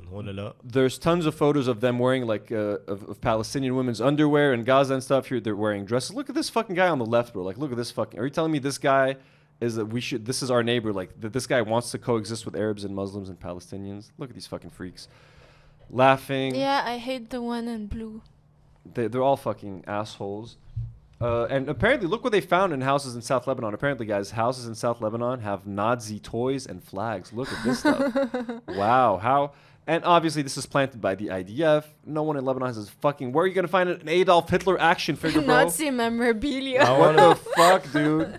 Like a Nazi flag in South Lebanon? Are you fucking kidding me? Insane shit, bro. And like, speaking of, you know, the Iranian woman and stuff and like police brutality and stuff, you want to see German police? Look at German police beating the shit out of people. You want to talk about like, you know, oppressive governments? Forget Iran. Forget the Middle East. This is Europe. He's beating old women. Old Palestinian women. Haji, hello. Okay. Hey. Man, Germany. Bro, fuck Germany. We said it again. Germany. We said it before and I'll say it again. We love Dominic Selger, our favorite German, our patron. We love you, Dominic. But goddamn, what is Germany doing? German parliament is preparing to vote on a resolution this week to adopt the International Holocaust Remembrance Alliance definition of anti-Semitism, aiming to equate all criticism of Israel with anti-Semitism itself. This dangerous move represents a direct assault on free speech and democratic principles. Under the guise of combating anti-Semitism, the German government is set to enforce mass censorship, silencing those who speak out against Israeli war crimes and the ongoing suffering of Palestinians. All right, it's time to talk about H3H3. Ethan is still losing his mind. I had said that I wasn't going to talk about this again, but he keeps going after Hasan. He's not stopping. So as long as Ethan keeps doing that, I'm going to keep covering it and defending Hasan. So here's a story he put where he basically said that he had no idea what Hasan's political leanings were, which is ridiculous. He says, when I made the show with Hasan, I genuinely thought he was just a social democrat progressive like myself. I had no idea his politics were so radical, and that's my fault. 90% of the time, he's shitting on Republicans, and that's what I had seen. But his politics are like a Trojan horse, a veneer of reasonability with extremely radical views hidden within. The cracks began to appear when we started talking about Ukraine, Taiwan, and Tibet. Once I noticed it, it all began to fall apart, which is not true. I hold myself accountable for anyone from my audience that was radicalized by him, which is why I'm doing what I can to undo the damage. I've come to see Hasan as MAGA for the left, spinning alternate realities to fit his dogmatic view of the world. As someone who has been fighting extremism for many years, I cannot look the other way when it comes from my side of the aisle. That line just made me laugh. As someone who has been fighting extremism for many years, like Ethan the hero, you know, saving us from extremism for many years. I'll likely have much more to say about Hasan. If this is too much for you to stomach, I am perfectly happy with you unsubscribing. Frankly, shedding some of the more radical portions of our audience is probably a good thing. And he said that while people were unsubscribing from their channel en masse without him needing to. He's just saying that to save face. But that didn't stop there. Here is Ethan on the pod sort of talking about the CEO of Twitch and again talking about how he wants like Hasan to get banned and shit like that. If he doesn't have to step down, if nothing happens, then I have no faith that, like, I don't think anybody actually cares about anti-Semitism. Like, as a Jewish person, I think that if nothing happens to him or the platform, if there's no accountability, even Hasan's terrorist videos are still up, then, like, basically I'm worthless to them. I mean, those flags are also anti-America. Like, it's not just Jewish people. I feel like everybody should be kind of concerned Death about to it. America. No, he's not on Twitch. He is worthless to vibes. them. That's true. He is literally Yeah, worthless. wait, I'm American. Why aren't, like, I don't know. Why is everybody okay with it? I'm not. Dan is. Yeah, so anyways, he's so upset. He just wants something bad to happen to Hasan. What a crybaby and a little bitch. Honestly. Constantly complaining. Here's a story that Ela shared, basically. So they did a Halloween episode a few days ago where they dressed up as Good Mythical Morning, and someone shared their picture on the Good Mythical Morning subreddit, and people started to comment like Zionist, Zionist, Zionist. So they had to block the comments. So Ela shared this on Instagram. She said, sad that people can't post an innocent Halloween post about us anymore without having to defend a terrorist Zionist who kills babies, apparently, just because I served at the mandatory army. So, yeah, they can't even post pictures of themselves without getting abused online, which, hey, they kind of deserve. I mean, that's what happens when you're a piece of shit. Exactly. And people are taking Hasan's side. That's what's funny. So Anthony Fantano, do you guys know Anthony Fantano on YouTube? He reviews all the music. He's super famous. He reviews like every single album that comes out. Like he's taking Hasan's side, obviously. So Comrade Casey shared Ethan's story, and Fantano was like, Ethan is right. A few months ago, I didn't even know who the president was, but since I saw Hasan's streams, I am now a Maoist. So, and this is what I mean when Ethan is going to lose the internet, because everyone loves Hasan. Like Hasan is down with everybody. All like the content creators that young people watch. Ethan is so out of touch with this. So I don't see how he's going to bust out of this. This was a sad moment. AB was sitting on the show, and he was reading super chats, and some Zionist sends a super chat, and AB, the Lebanese guy, has to read this out fucking loud, bro. You forgot it. As a non-religious chat says, as a non-religious Zionist Jew, I am still scared. These are very uplifting. Yeah, well, I believe they're separate, that's why. Look at his face. As a non-religious Zionist Jew, I'm scared. And AB, the Lebanese guy whose family is being bombed in Lebanon right now, has to read that and feel bad for the Zionist who's... And this is Ethan's audience now, fucking Zionists. You know what I mean? Oh, and by the way, Ethan was talking about the right and Hasan moving people to the right. Ethan Klein made videos with Steiny from the Nelk Boys. He's done 2 poker videos with the Nelk Boys, and he's gone on the Nelk Boys podcast, and literally Donald Trump thanked the Nelk Boys by winning the election. So Ethan is shitting on Hasan and saying that Hasan is dangerous for democracy. Well, Ethan's new best friends fucking Steiny and the Nelk Boys got thanked by Donald Trump for getting him elected. So Ethan is in cahoots with all these motherfuckers, and yet he's, instead of shitting on them, his new friends, he's shitting on Hasan. So that makes no sense at all. His new best friends literally helped Donald Trump get elected, and he'd rather be friends with them than be friends with Hasan. So make that make sense. So H3 apparently recently hired a Ukrainian employee. They did a whole episode where they just had her debunking Hasan's takes on Ukraine. And here's, I guess, a chatter asking why she was hired, and she's explaining, he's asking, was she hired because of Hasan? Here we go. Chad, would she be here if Ethan wasn't mad about Hasan? She should be, but we know the answer, and that's annoying and gross. So first of all, the reason why I'm here now is because I couldn't get a visa to US for a year and a half because of the wait time for an interview. And that's the only reason why I'm talking about it right now. And I did say it to Ethan before, a year before, and he suggested me to talk, maybe I should talk to Hasan. I just couldn't come here because I'm not in the office, I'm not around, and I'm not a streamer. Because, stop saying, that Ethan brought me here a year and a half after, just because right now he is, mad at Hasan. No, I've been, voicing it for a while, and Ethan has been voicing his concerns on leftovers for a while. And it's, the same exact take. Don't say that. That's wrong. Yeah. That's what it feels like. It's just morons. You know? It's certainly what it looks and feels like. And she just had a bunch of things, she just kept complaining about things that Hasan said. We're not going to watch all of it because it's kind of boring. You can go watch the episode if you want. She mentioned the snark community. Let's watch that for a little bit. She talks about snark. My brothers over at H3 Snark, brothers and sisters. It's a weird look. When and you then walk a little too far left, then you start becoming pro-Russia. It's very weird. It's Or anti-Ukraine. Why?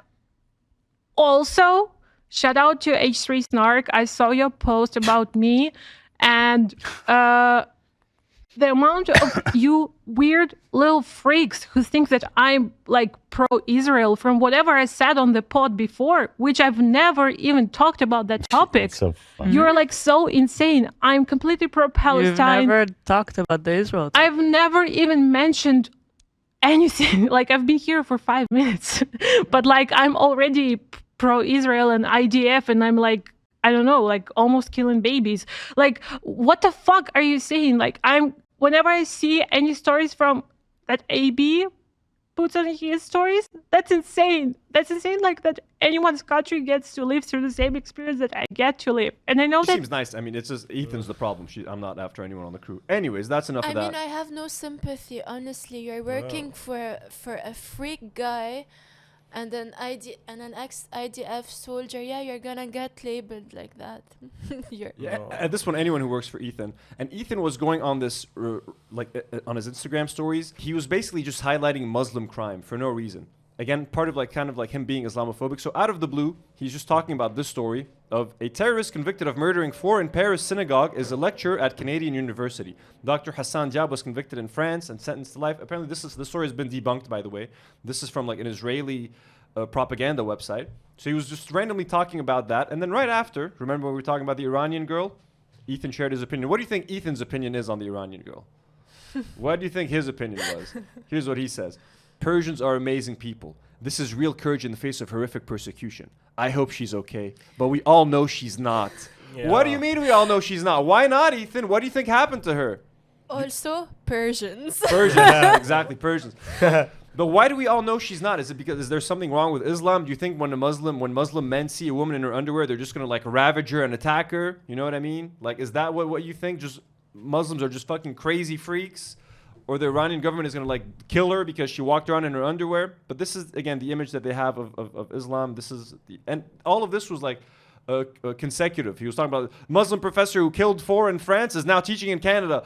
Muslims are trying to kill this woman in Iran. It's like, bro, what's going on? What's up with Islam hate right now? Why are you bringing up all these Muslim crimes?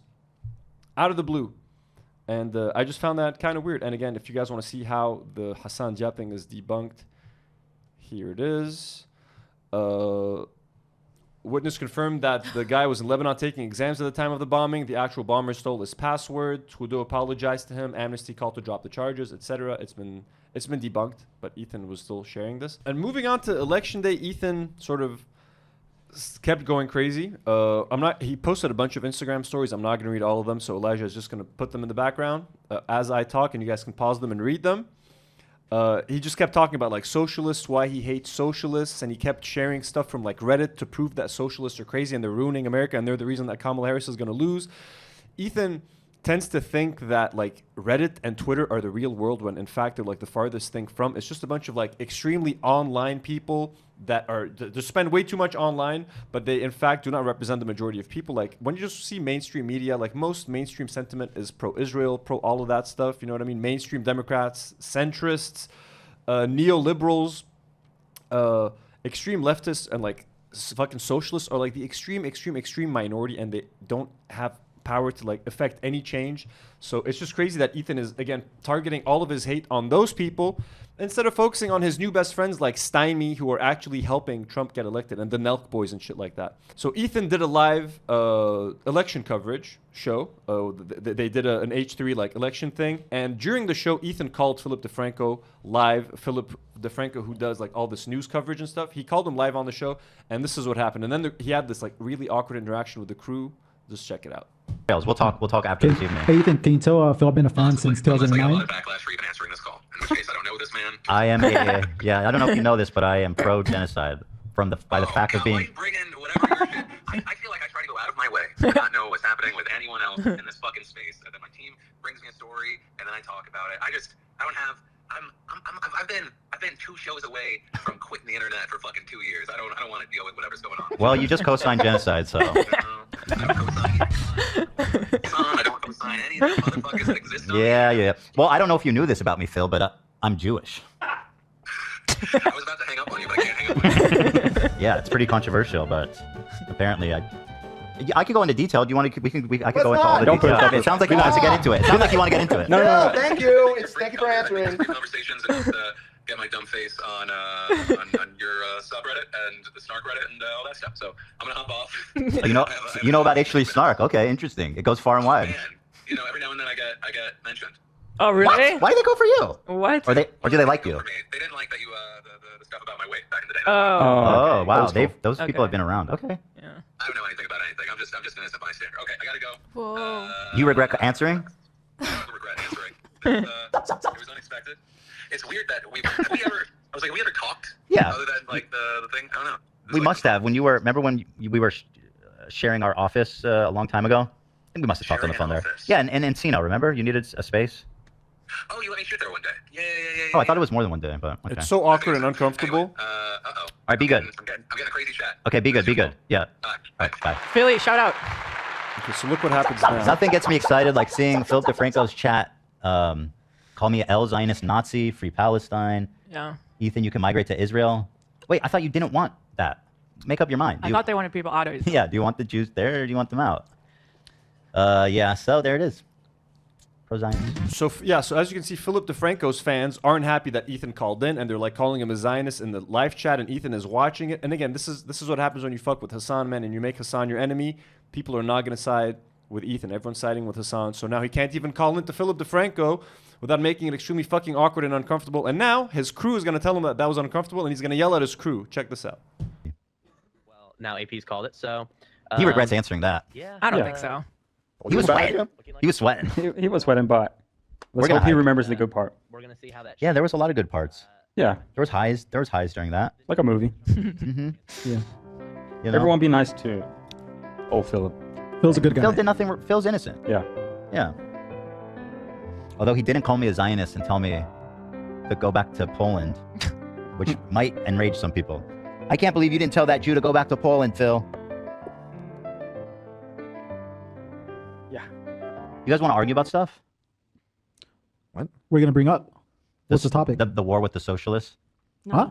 Bro. No. No. Why? No. No. Why? No. Literally. It's already a depressing night.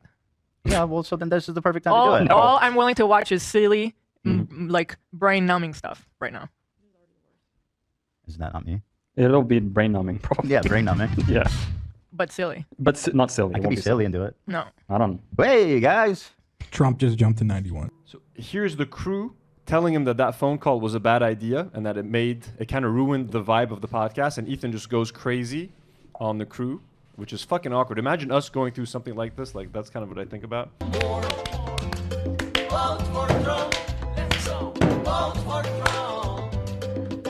What's going on, guys? What happened? Everyone killed so the mood, quiet. bro, with your antics. We're depressed. How the fuck did I kill the mood? Bruh. What the fuck did I do? You killed the mood. Why? How? But with your calling Phil and bringing up all kinds of negative That stuff. was fucking awesome. It was fine.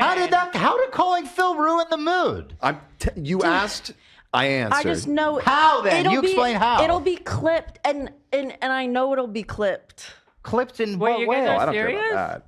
Clipped in what way? In just sometimes ironic in out of context. What did I say that could even be taken out of context? What can you do? We can't live I our know, life I based know. on how clips will be clipped. I know. I thought it was a fun call. Yeah, what the fuck? What's happening? What am I doing? What is this? It was world we're awkward living and uncomfortable, What's bro. happening right now? They said Donald they were Trump gonna is go and president, hike. You I'm asked, so dude. upset. You asked. But What then happened? tell me I'm how. so I upset told- already. Tell me how. I told you. Tell me how. Fun vibes on I the don't H3 understand how. podcast. That's crazy. Well, I don't have a way to get through to you then. I wasn't. I got think nothing. other people. I got enjoyed the nothing call. for you. Come on, you can't call me out like that and not say why. That seems a little crazy. I think we can just call Is it. it anti-Semitic? Everything is just so Honestly, uncomfortable. everybody's just depressed. That's what's happening. I'm so sad. I didn't fucking make him lose, okay? I know. I voted for her. Yeah, no, I don't blame I you know. for that. Well, it sounds like you're mad or angry at me for some reason that I don't understand. Fun vibes Then on you the are- H3 podcast. No I'm not tension. angry at you. I said you killed the mood. There's It's no just shot. depressed That now. call was awesome. I didn't feel awesome coming off that call. Why? I'm just telling you. Was that call awesome? Because it turned into you just complaining about his chat. Everybody, like, they fucking hate you and they're spamming it or whatever. He brought it And- up. and Shit. Ethan, I'm not telling you that it's your fault. I'm saying that call ruined the mood. Not my mood. My vibes are immaculate. Are they? Oh, yeah. And like he tried calling Philip DeFranco multiple times. just sit Philip here McKinney quietly. did. Like he kept calling and he answered by like the This 8th arguing time. with you is bringing up my mood a little bit. And then by the time he did answer, the whole chat like turned on Ethan. Because I always They're love not arguing. real. Dan, you fuck! Right. You coward! That call was awesome, wasn't it, love? For the most part. Yeah, for the most part, it was good.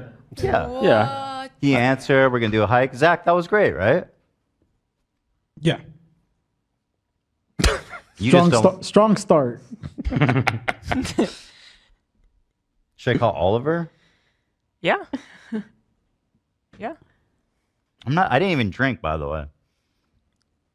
I hated... Dude, you guys, that call was awesome. What do you want to do? It's so painful to watch, dude. This is so I'll just sit here. I'll just sit here. Call Gabe. That could be good. Yeah. Or not. If you think he's done complaining, Are we going to his party? You're wrong because he had some more complaining to do. That just tells you everything you need to know about Ethan. He just, like, he got his whole crew telling him it was a bad phone call, and like the others hesitating to say it was bad, and he's like, "What are you talking about? It was awesome." And he asks Love and Zach at the end because they're like the most up his ass. That like they kiss his ass all the time. So like Dan will tell him the truth, but like Love and Zach are always like, "Yeah, you're great, Ethan." Even they're like, "Yeah, it was a good call." Like no one says it. And he's complaining a bit more here. Look at that, making it even more awkward. Here now, it might be easy to beat. Now. By the way, just to bring the mood down a little bit. Oh, God. I mean, I think it's fucking rich for you guys to yell at me. You don't know what it's like to go anywhere in the internet and be called a fucking Zionist Nazi. Nobody yelled at you. But You I'm started saying, yelling- like, it's you so started easy for yelling. you guys to be like, oh, you brought the fucking mood down, dude. Like, you're not the one who's being paraded on every corner of the internet being called a Nazi, unironically. But why is He that, dropped Ethan? the Zion. Yeah, like why is that, Ethan? Like it's because of the things that you're saying, that you're doing, that's making people call you a Zionist. If you want to clarify your thoughts and you know what I mean, like appeal to the people that you're pushing away with your rhetoric, then now's your chance, bro. Because it seems like he's sort of faltering now and he feels kind of shitty about it. But like, and it's starting to hit him. Like, you know what I mean? Everywhere they go, people are calling them Zionists. So maybe it's because of the things that you've said and done, and not because you're Jewish as you think it is. So it's not exactly the fucking like chillest thing that I would just ignore when I see. Like it's so quiet, no one's saying anything. Well, it's fucked. His chat was saying that. Yeah. That was fucked up. And that's why he got a little cautious too, because he was like, oh shit, am I getting myself into hot water? And once again, let me remind you Which is- guys that the extent of my fucking my Nazism is that I'm fucking Jewish, and like That's that I not don't it. think Israelis should be murdered. Like today, I had to tell when I was taking pictures with Tati, and we're planning to both post it and do like collab posts and stuff. And I had a moment that I realized I should tell her, like, oh, you know that, like, is it okay for you? Are you gonna be okay posting with me? Because you know that that's gonna be like a lot of shit for you, just being with me. And I mean, she was like, hell yeah, but Good. But that's a conversation that we need to have now with anybody that interacts with us. Yep. It's starting to hit them. Are you okay being next to me in a picture? Yeah, well. Literally. Yeah, That's your fault. I mean, it's even for me. Yeah. It's even for me like that. I So wonder there it why. is. That's what I'm saying. And That's you all guys, I'm saying. You only have yourselves You know to what I blame. mean? Hey folks, I'm back, Anthony from the future. Just a couple of updates on the H3 thing. So they ended up doing a post-election COPE video and just reacting to the results and everything. And there were some problematic things that I want to talk about. Also, Ethan, again, going after Hasan and socialists. And for the first time, the crew actually like going after Ethan and kind of fighting back. Like Dan fought back. Nate, I think, fought back as well. And, like not fought back, but like we're trying to push back against Ethan. Olivia tried to get a couple of words in there. So it was actually kind of nice. You can kind of tell that they're sick of Ethan's sort of just rants. And you can tell that the crew is at least aware of how the audience feels, and they're reading all the comments, and they can see the views going down, so they were all kind of pushing back. And Ila made some very problematic comments about Israeli Defense Minister Yoav Gallant, so I just want to talk about some of those things. So after the episode, Ethan did put this on his Instagram stories. He said, I doubt I'll be talking more about Hasan. I said everything I wanted to, only if it's topical, newsworthy. So finally, he's finally done. And again, he can tell like the crew was going after him. They were pushing back. He's getting comments on his own subreddit. Their own paying members on YouTube are leaving comments like, yo, stop talking about Hasan. They had to shut off the comments on their last episode again. So I think he finally got the message. Everyone is turning on him. But yeah, let's watch some of the things that happened on that episode. Starting with, this is Ethan talking about how Muslims voted for Trump. And I find this extremely problematic. So let's watch. Well, what you see the data, because women voted for Trump, Latinos voted for Trump, Muslims Jews, voted by for the Trump. way, the Muslims voted for Trump. What? The Jews, however, stood with the Democrats. Shout out Jews. Somehow the Jews voted for Kamala, and the Muslims and Arabs voted for Trump. So this is extremely problematic. Obviously, Muslims are going to rebel against Kamala Harris and Joe Biden because they let a genocide happen. They sent like $30 billion to Israel. They sent every single weapon that they've been using to massacre Palestinians and now Lebanese people. So for them to be like, why would Muslims vote for Trump? And they're looking at each other, but the Jews voted for Kamala Harris. Well, I mean, Israelis have been getting everything they want from Kamala Harris and the American government. Why would they not vote for the Democrats? They've been getting everything they've been asking for. Money, weapons, what have the Arabs been getting from Harris and Biden? Absolutely nothing. So they're either not going to vote or they're going to vote for Trump just as a fuck you to the Democrats. How could you be so blind? But Ethan at one point, it's like he hesitates. I'm like, maybe he understands that what he's saying is kind of ridiculous, but I don't think they have that level of self-awareness. Jewish? I promise you guys, you'll never find a more pro... I know you're going to find this depressing, but this is true. You'll never have a more pro-Palestine president in America than Kamala Harris. That's it. Donald Trump is so pro-Israel, it's insane. Not only is he pro-Israel, How fucking absurd is it to say that, like with a straight face? Like, you know what I mean? Kamala Harris is the most pro-Palestine president in the world. And when you look at pictures of Gaza right now, it's literally a parking lot. It is literally erased from existence. It just got split in half like yesterday. The IDF split it in two. Like, what the fuck are they talking about? I have no idea. And they just live on another planet. You know what I mean? They are completely disconnected from reality at this point. And the propaganda has done its job. And here's another thing. At one point, Dan mentions that like Joe Biden was a contributing factor to Kamala Harris losing. And Hila gets defensive. And she's like, no, Biden had nothing to do with it, etc. Their own paying members start like criticizing Hila. And she just goes off on them. She just lashes out on the fans. Their own paying members. Watch this. Chat with the W's and the L's. Like, just realize that we all lost, okay? So like this whole thing of like L, then W, like chill out. yeah, it's this team bullshit that made us lose, you What you fuckers. guys are doing in chat is gonna help so much. Nice. Oh, is this your activism? W in chat. She's just jealous that their own chat agrees with their crew and not with her and Ethan. They've just her and Ethan keep getting criticized by their chat, and the crew's been getting a lot of props in this episode. I'm guessing because they've been pushing back against them, and she's just straight up jealous, and now she's yelling at their paying members. We lost, man. Telling me L-Y because I said that I don't think Biden should be at fault. Wow. I agree. I don't. Oh my God. That's an L take. I agree. I think Tell me to kill myself. Let's go. Let's go. Let's get even more divided. I agree with Because we're you. not already divided enough. at this point, I don't think it's. You can just say that it was the right decision because she fucking lost as hard as you can lose, basically. It doesn't matter. We're all speculating. Nobody knows. All we know is that they we weren't lost. the right character. We lost badly. Bro, what a negative and sour podcast this is. Like now I get it, they're all upset that Trump won, but like still, you know what I mean?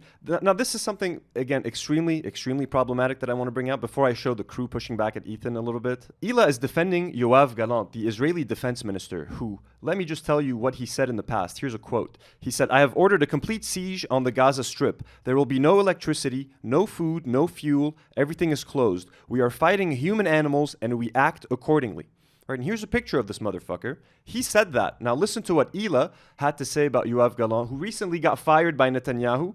She's going to say that he's a really great guy. The guy who said that Gazans are human animals. He and Bibi like talk a lot, and Bibi's become a lot like Trump. Yeah, so. Bibi's his guy. They're like homies. Bibi's celebrating last night. Just the other day, Bibi fired a really good guy that a lot of people are pissed about. And A really good guy. Had a disagreement, and that's like so Trump coded. Well, he was like a moderating voice in the war room. Yeah. And he got rid of him, or at least a more moderate voice. I don't know anything about the guy.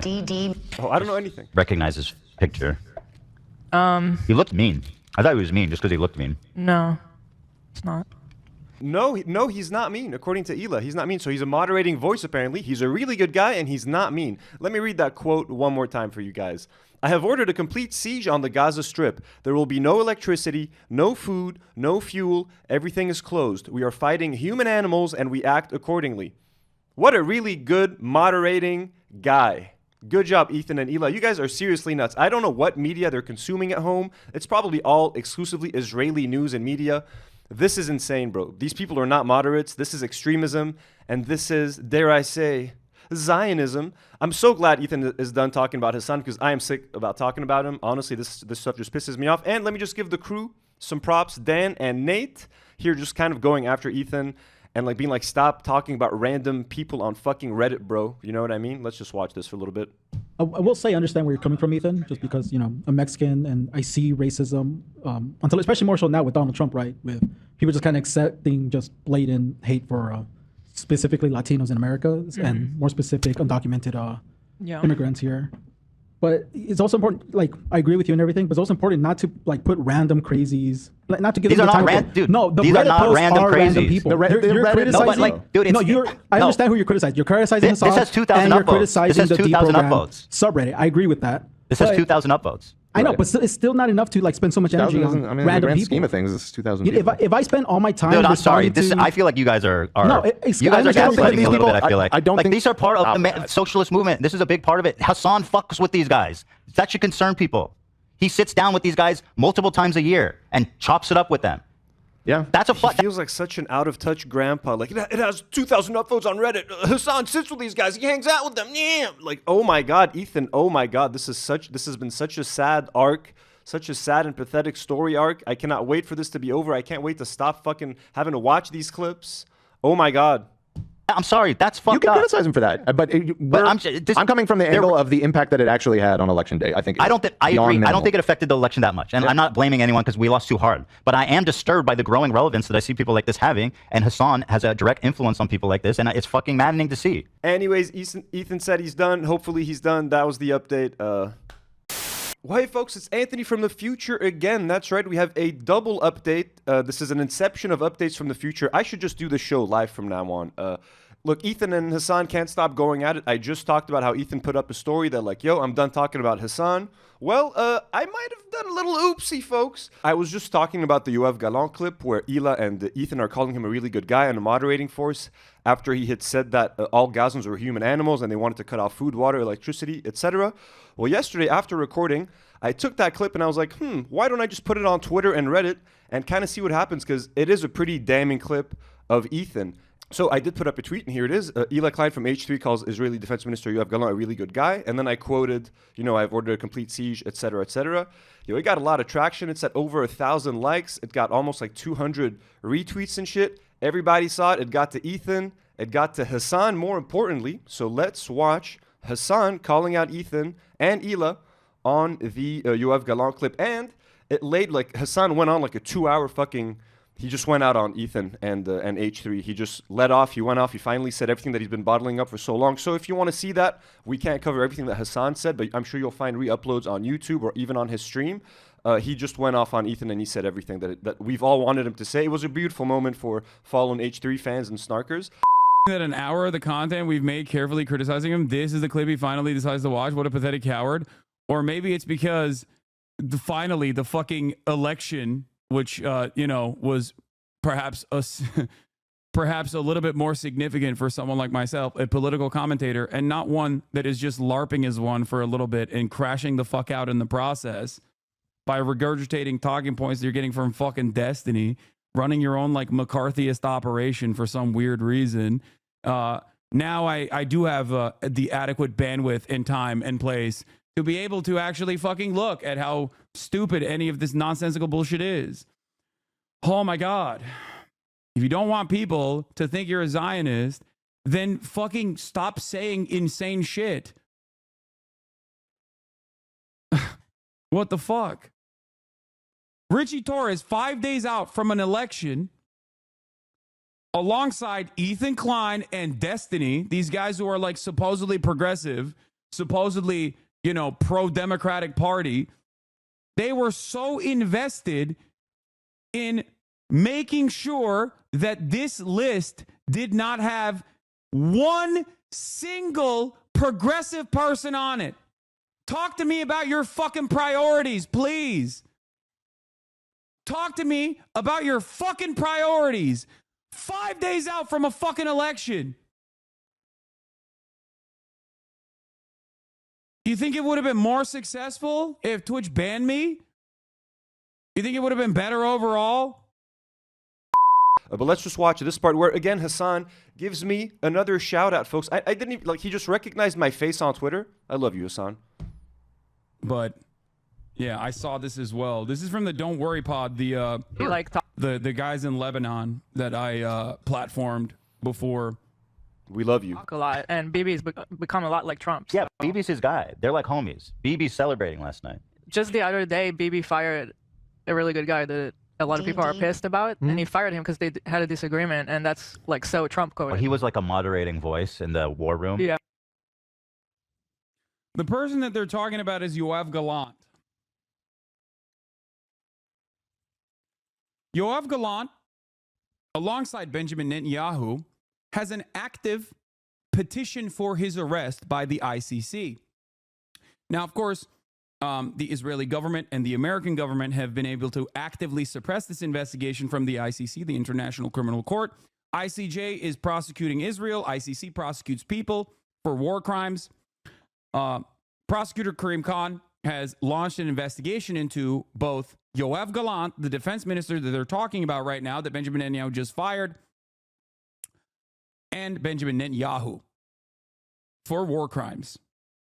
Okay? The person that they are talking about... It's like 7 a.m. on Friday, by the way, just so you guys know. That's why I look the way I do. Yeah. About here, before getting fired by Benjamin Netanyahu, the person that they're calling a moderating voice said this, which is the reason why there is an active petition, an active application for a warrant for his arrest by the ICC. I have ordered a complete siege on Gaza. No electricity, no food, no fuel, no water. Everything is closed. We are fighting human animals. Yep. That's why I was shocked. Act accordingly. I was shocked when Ela said that.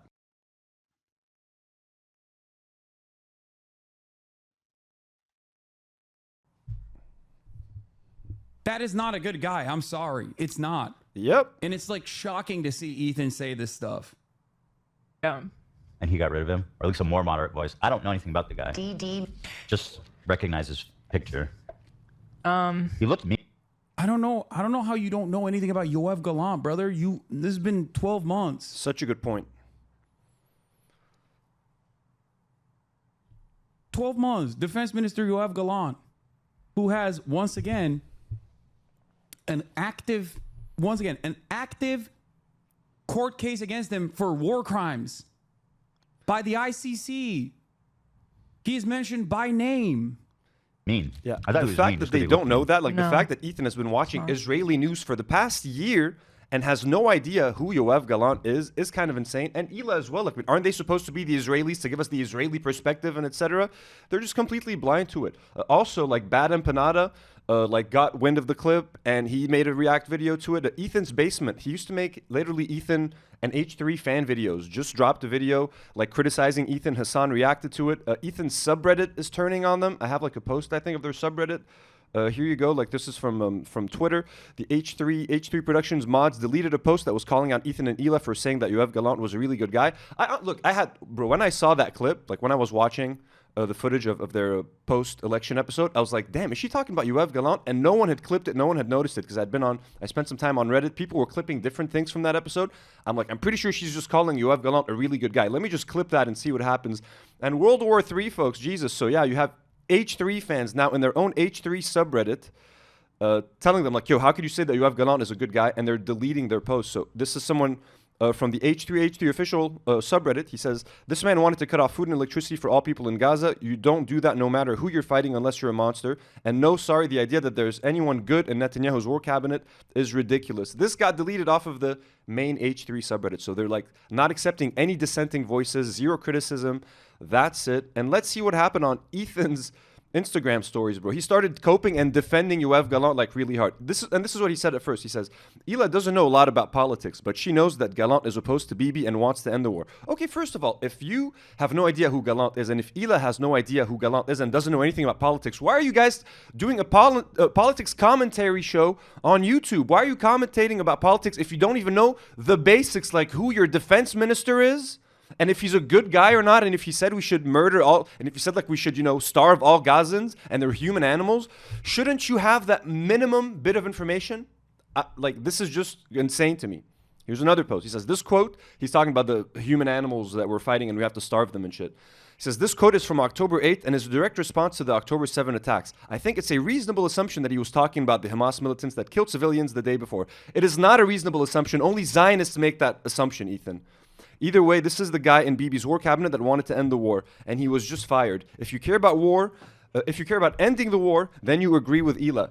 It's not that simple. Ethan is trying to apply 2-year-old math. 1 + 1 = 2. If you think that means you must agree with that. No, Ethan. Someone who said that we're going to starve all Gazans, we're going to cut off food, water, electricity, is not a good guy, bro. This is not a moderating voice, but this is how extreme Israelis are, bro. This is how extremist their country is, that this fucking guy is considered a moderate. This fucking dude who's like, let's starve all these motherfuckers. He's a chill moderate. He's a really good guy, apparently. Then Ethan drops this. He shares the clip of Hasan reacting to the tweet. And he's like, Hasan is a pathetic propagandist. He doesn't give a single fuck about any nuance. We never said we oppose ICC arrest warrant. If he did war crimes, good, investigate him. And by characterizing him as simply the bad guy, without acknowledging he's trying to end the war, you are prolonging the war and empowering radical pro-war voices in government. Yeah, so again, it's Hasan's fault. It's leftists' fault that we're prolonging the war. Not fucking crazy genocidal Yoav Gallant and Zionists like Ethan and Ila that support him. We're the fucking freaks. We're the problem. Hasan does not give a fuck. Anyone getting news from him should try Googling and reading an article without the filter of absolute bullshit. Again, Ethan's been losing followers, subscribers, all that good stuff. Then he says, also, I think it's amazing that the hour of content we made clearly criticizing him, this is the clip he finally decided to watch. What a pathetic coward. And then someone said, no more talking about Hasan lasted 30 minutes. And Ethan goes like, yeah, he ripped into my wife for 10 minutes. So no shit, I'm going to respond. And even now, as I record this, Ethan is recording an Ethan Klein response video, which I'm not going to have time to respond to. Even if he calls me by name in that video, I might have to do a little update. But even if he calls me by name, I got no time. I got to send this to Elijah. We got to edit this into the episode. If Ethan says anything relevant that I have to address, I'll have to address it next week. We got to send this in. We got to finish the episode. But anyways, I caused World War III. I'm sorry, guys, or you're welcome. I think it was an important clip that needed to be out there. I'm glad that the people that needed to find it, found it, like Hasan, Bad Empanada. Go off, yo. We need to just expose these people for who they are. Unfortunately, they're not listening to their fans. We've tried every single way to make them listen and understand. And yeah, their actions are speaking louder than their words. No more updates. What he said and what he's done should very well be investigated by the International Criminal Court. And if he's found, he should submit to an investigation. If he's found guilty, then charge him. But what I am saying is that I think that while Ila misspoke and said he's a good guy, her intention was that, this guy is trying to end the war. And I'm pretty sure we're all on the same page as that being a good thing. I feel like the reason I brought it up was mainly to express the frustration with Bibi and him firing the one guy that was somewhat, attempting at moderation. It wasn't really so much to say Gallant is a good guy. I shouldn't have used that word. That was a bad choice on my part, considering stuff that he had said that I was not even thinking of. Really coming from the concerning feeling of like, we have Trump in office and Bibi just fired the guy that is opposing him. That's all I was trying to say, but I do understand that was not a good choice of words, and I would not have said that again. So I'm stepping away for a little while from being on camera and being on the podcast. It's too much, and it's not fair for everybody. And yeah.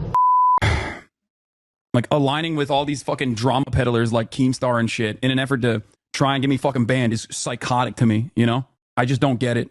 I don't understand it. What a fucking liar, dude. What a Weasley little fucking liar. He's just straight up lying. He's just lying right now. In fact, this is a lie that he keeps saying, is that I'm somehow aligning myself with Keemstar. Agree with and have openly said terrible things about, including Keemstar. So like the way that he singles him out and says, oh, Ethan is co-signing Keemstar, is he's a fucking liar, dude. He's a weaselly little liar. Holy shit, this is insane. Look, I was just trolling when I put out that Yoav Gallant clip, okay, on Twitter. I did not know it was going to cause a literal war. Ethan is in his basement slamming his fist on the table, going crazy. You can hear his dog barking in the back if you can hear that. Ethan, go feed your dog. Stop making videos. This is insane. I'm just sitting in Lebanon, chilling, putting out videos on Twitter, and I have ruined Ethan's night. Ila's not going to be on the podcast anymore. I did not know this was going to cause all of this. It's kind of crazy to think that... Anyways, there's some more. Ethan talked about Hezbollah. Let's hear what he had to say about that. I'm going to give you guys a crash course on Hezbollah. Let's start back from the beginning. 1983, suicide truck bombing of the U.S. Embassy in Beirut. 45 embassy staff were killed. As you guys have noticed, Ethan conveniently started the story of Hezbollah in 1983, completely overlooking the fact that in 1978, Israel invaded Lebanon, and in 1982, Israel also invaded Lebanon. Hezbollah was founded in 1982 as a direct response to Israel invading Lebanon and as a resistance force. So, Ethan, nice try. So yeah, that was the H3 election coverage. It was really awkward. It's really uncomfortable. It's starting to hit Ethan and Ela, what's happening, and like everyone turning on them, and like Philip DeFranco and Anthony Fantano and the rest of the internet. And like, I don't know what's going to happen. Their views are going down. Their subscribers are still going down. I don't know. Yeah, we've yet to hear from Frogan or the Arabs. They've yet to make a comeback episode, so we're waiting for that. I miss them. It doesn't seem, yeah, we miss him too. It doesn't seem like Ethan is going to stop talking about Hasan anytime soon. I hope we can stop talking about Ethan again. H3 Fallen fans, H3 Snarkers, we don't expect to hear from Ethan and H3 every single week on this show, but I think it's still relevant right now, and he's still kind of losing it. So, yeah, let me know what you guys think. Did you guys watch the H3 election coverage? I did not. And finally, let's get to some Love is Blind, folks. Love is Blind, Habibi. Habibi. Doing great on Netflix and stuff. A quick sort of like just a full disclosure. I work at a reality TV, like a company. I work in reality TV. I'm in the field. I know some of the people that worked on Love is Blind, Habibi. I know someone called Julien, a friend of mine, who I used to work with in the past, who was one of the story-like producers on the show. Congratulations to Julien. They did an amazing job. I'll be honest with you guys. You might not know it by looking at me, but I'm a big fan of Love is Blind. I think it's a guilty pleasure of mine. I'm a fan. I've seen a bunch of the U.S. Versions of the show. I've seen the U.K. version of the show. I think it's fun because like you see all these desperate people, like young people in their 20s who should not be worried about finding a wife or a husband, like just desperate to find love and overlooking all of these obvious red flags. You know what I mean? Just like these fucking red flags. They just don't look at them. They ignore them just because they just so want to find a husband or a wife. You know what I mean? And it's just, I love it when they finally reunite and they're not happy with how the other looks, and then you put them in a house together and then they hate each other and they have to live together. All that drama is great. Once they get to going to buy the dresses and buying the suits and the weddings, I skip all of that. I don't see any of that. Yeah, me too. I just watch the beginning when they're meeting, when you put them together in a house and like all of the shit falling apart. Then I just skip to see who said I do and who said I don't. I don't watch any of the actual ceremonies. And then obviously we watch the reunions. So I've seen a lot of Love is Blind. So I'm kind of an expert on the show, I'd like to say. Like that's it. I know the format elements. I know what makes it unique. I know what makes the show popular. So I was curious, like, are they going to be able to nail the vibe of the show? Are they going to be able to do justice to Love is Blind? And I'm happy to say that they did. Like, it's a super fun show.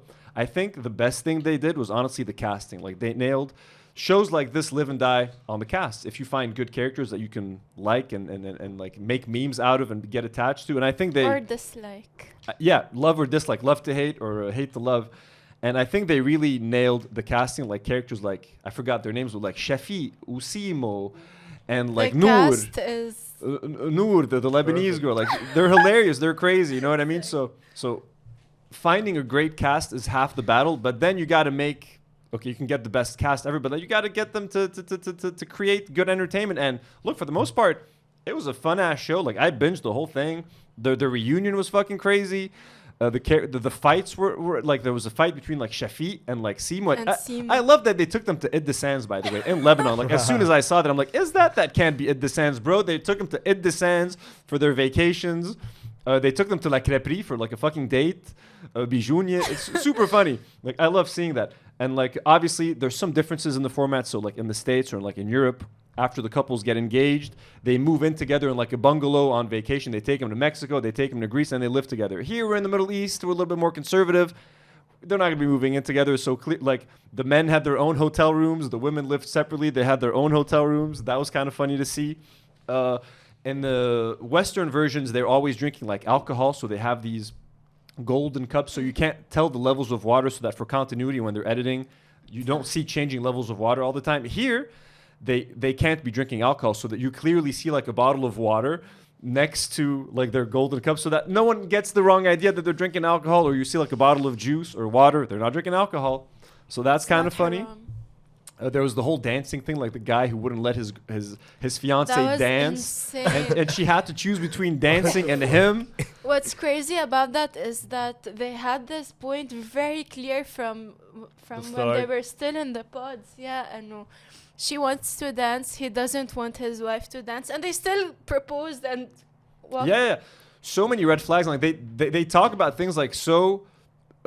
Like briefly in the pods, and then they end up being like these really big problems like in real life. It's like, bro, aren't you like, didn't you guys talk or whatever? And like the girl, the dude that was a little bit chubby, I forgot their names. One of them was like, I like men that are like, they go to the gym and that are like very fit. Asma. And then she meets the dude who's like a little bit chubby, and I just felt so bad for him. She's just like hiding her face the entire But like he told her, he's like, yo, I'm a little chubby, like I haven't been going to the gym recently, so you know you might not like what you see. And then she's like, fuck it, I'm down. And then she sees him and she's like disappointed, and she can't hide her disappointment. I'm like, oh my god, she could not hide it. Like he told you. I just felt so bad for him.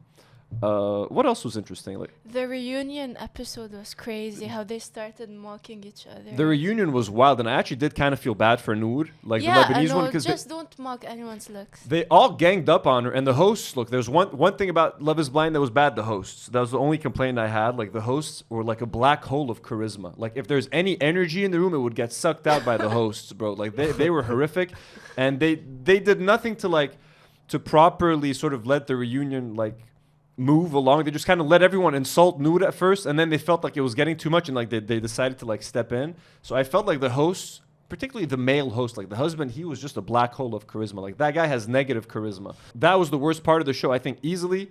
And the men were so toxic though. Like on that show, like they all just like walk, like they would feel insulted and like would just like constantly walk away and leave without saying goodbye. Like Mido did that, Simo did that. Everyone just like, you insulted my pride. You can't dance. Like just constant red flags, honestly. Just tons of red flags. Even on the women's side, like too, like a bunch of fucking red flags there. So, but great cast, very entertaining. And the couple that made it, we won't say who. Oh. There was a couple that made it, yeah. They're very cute. Very cute, kind of boring. Super boring to me. Because I feel like they're like the actual focused adults that actually want to get married. Yeah, the couples that make it on the, no one watches Love Is Blind to see the couples that make it. We all watch for the disasters, for the red flags, for the reunions that go bad. Like this is I don't care. Like any couple that makes it to me, they're so cute. They're boring. They're not interesting. I want Nour and Simo and Mido and all these little fuckers. And it's the first time I hear the name Mido, by the way. Very distracting. I think his name is Muhammad, but because there was another Muhammad, so they called him Mido. Weird. It was weird. I kept thinking about Nido, the milk, and he was very short, so it's like I kept making the association with milk. Is a popular nickname for Muhammad. It is? Oh, did not know that. But did you guys watch Love Is Blind, Habibi? I'm interested to know what you guys thought of it. I think honestly they did a very good job, and knowing the format, it's such a known show, and I've seen so many seasons. I knew what to expect, and I knew what they had to hit, and I felt like they hit everything they needed to hit to make it fun. The cast was super fun. Pressure's on for season 2. Like you got to find a cast that can like compete with these guys. It's like Shafi is fucking crazy. I feel like they didn't put much effort because it's very easy to get these good Arab content. Characters. Yeah, especially in the Middle East, I think. I mean, all Arabs have huge personalities. Yeah. But like Shafi, he started off like I liked him. He was funny, but like he's so toxic and immature. Yeah, like by the end of it, and especially in the reunion, like he felt like a 6-year-old little boy. Like yeah, 100%. I don't know how that relationship is going because that dude is crazy immature. Yeah, at first him and Dunya were very cute, but then it got fucked. Yeah, it got pretty annoying. And a lot of toxic men on that show, definitely. interesting to see the little changes they made to the format to make it fit to the culture. But yeah, To if you make guys, it halal. if you guys have seen it, let us know what you thought of it in the comments. I thought it was very entertaining, and I'd be excited to watch another season. And I'm currently watching the newest American season of the show. I don't like the American ones. I really liked the UK one. The UK one was very good. The UK one was very funny. I actually really enjoyed the UK Because I one. also feel like they're more genuine characters. Yeah. Because the American ones, I just feel they just want to get The to be a reality star. Americans are too desperate for marriage. Like they're the ones that feel I'm like, what is wrong? Like you guys, you get so much. Like you're so young. You're 23. Why do you need a wife at 23? But anyways, if you guys saw Love Is Blind Habibi, let us know in the comments. And don't judge me for watching dating reality shows. This show is my one like guilty pleasure that I enjoy. I sit down. You can't bother me. Anyways, folks, this has been a long one. Sorry for going a little extra long. Sorry for the crew. They're pretty exhausted. Let me just take a second to thank our brand new patrons one more time. Your Mom, Tusk Fanguth, Jordan Melhalf, Brandy Chadwick, Chut Norris, Hot Ham Radio, Gay Communism Will Win, and our blonde patrons like Selma, Skensters, Loria Zabaleta, Preston Kroll, Melissa, Fuck You Ethan, Kaja Jarf, Jorge Rosa, Edmund Tom Pisarik, Prol Maitariat, and Fabien Boumoussa. All of these Lebanese people clearly joining our Patreon. All these Arab names. We love you guys. Thank you so much for supporting us. It really makes a much bigger difference than you could ever imagine. We cannot do this without you. The show cannot exist without you guys. Thank you so much. And as always, folks, do not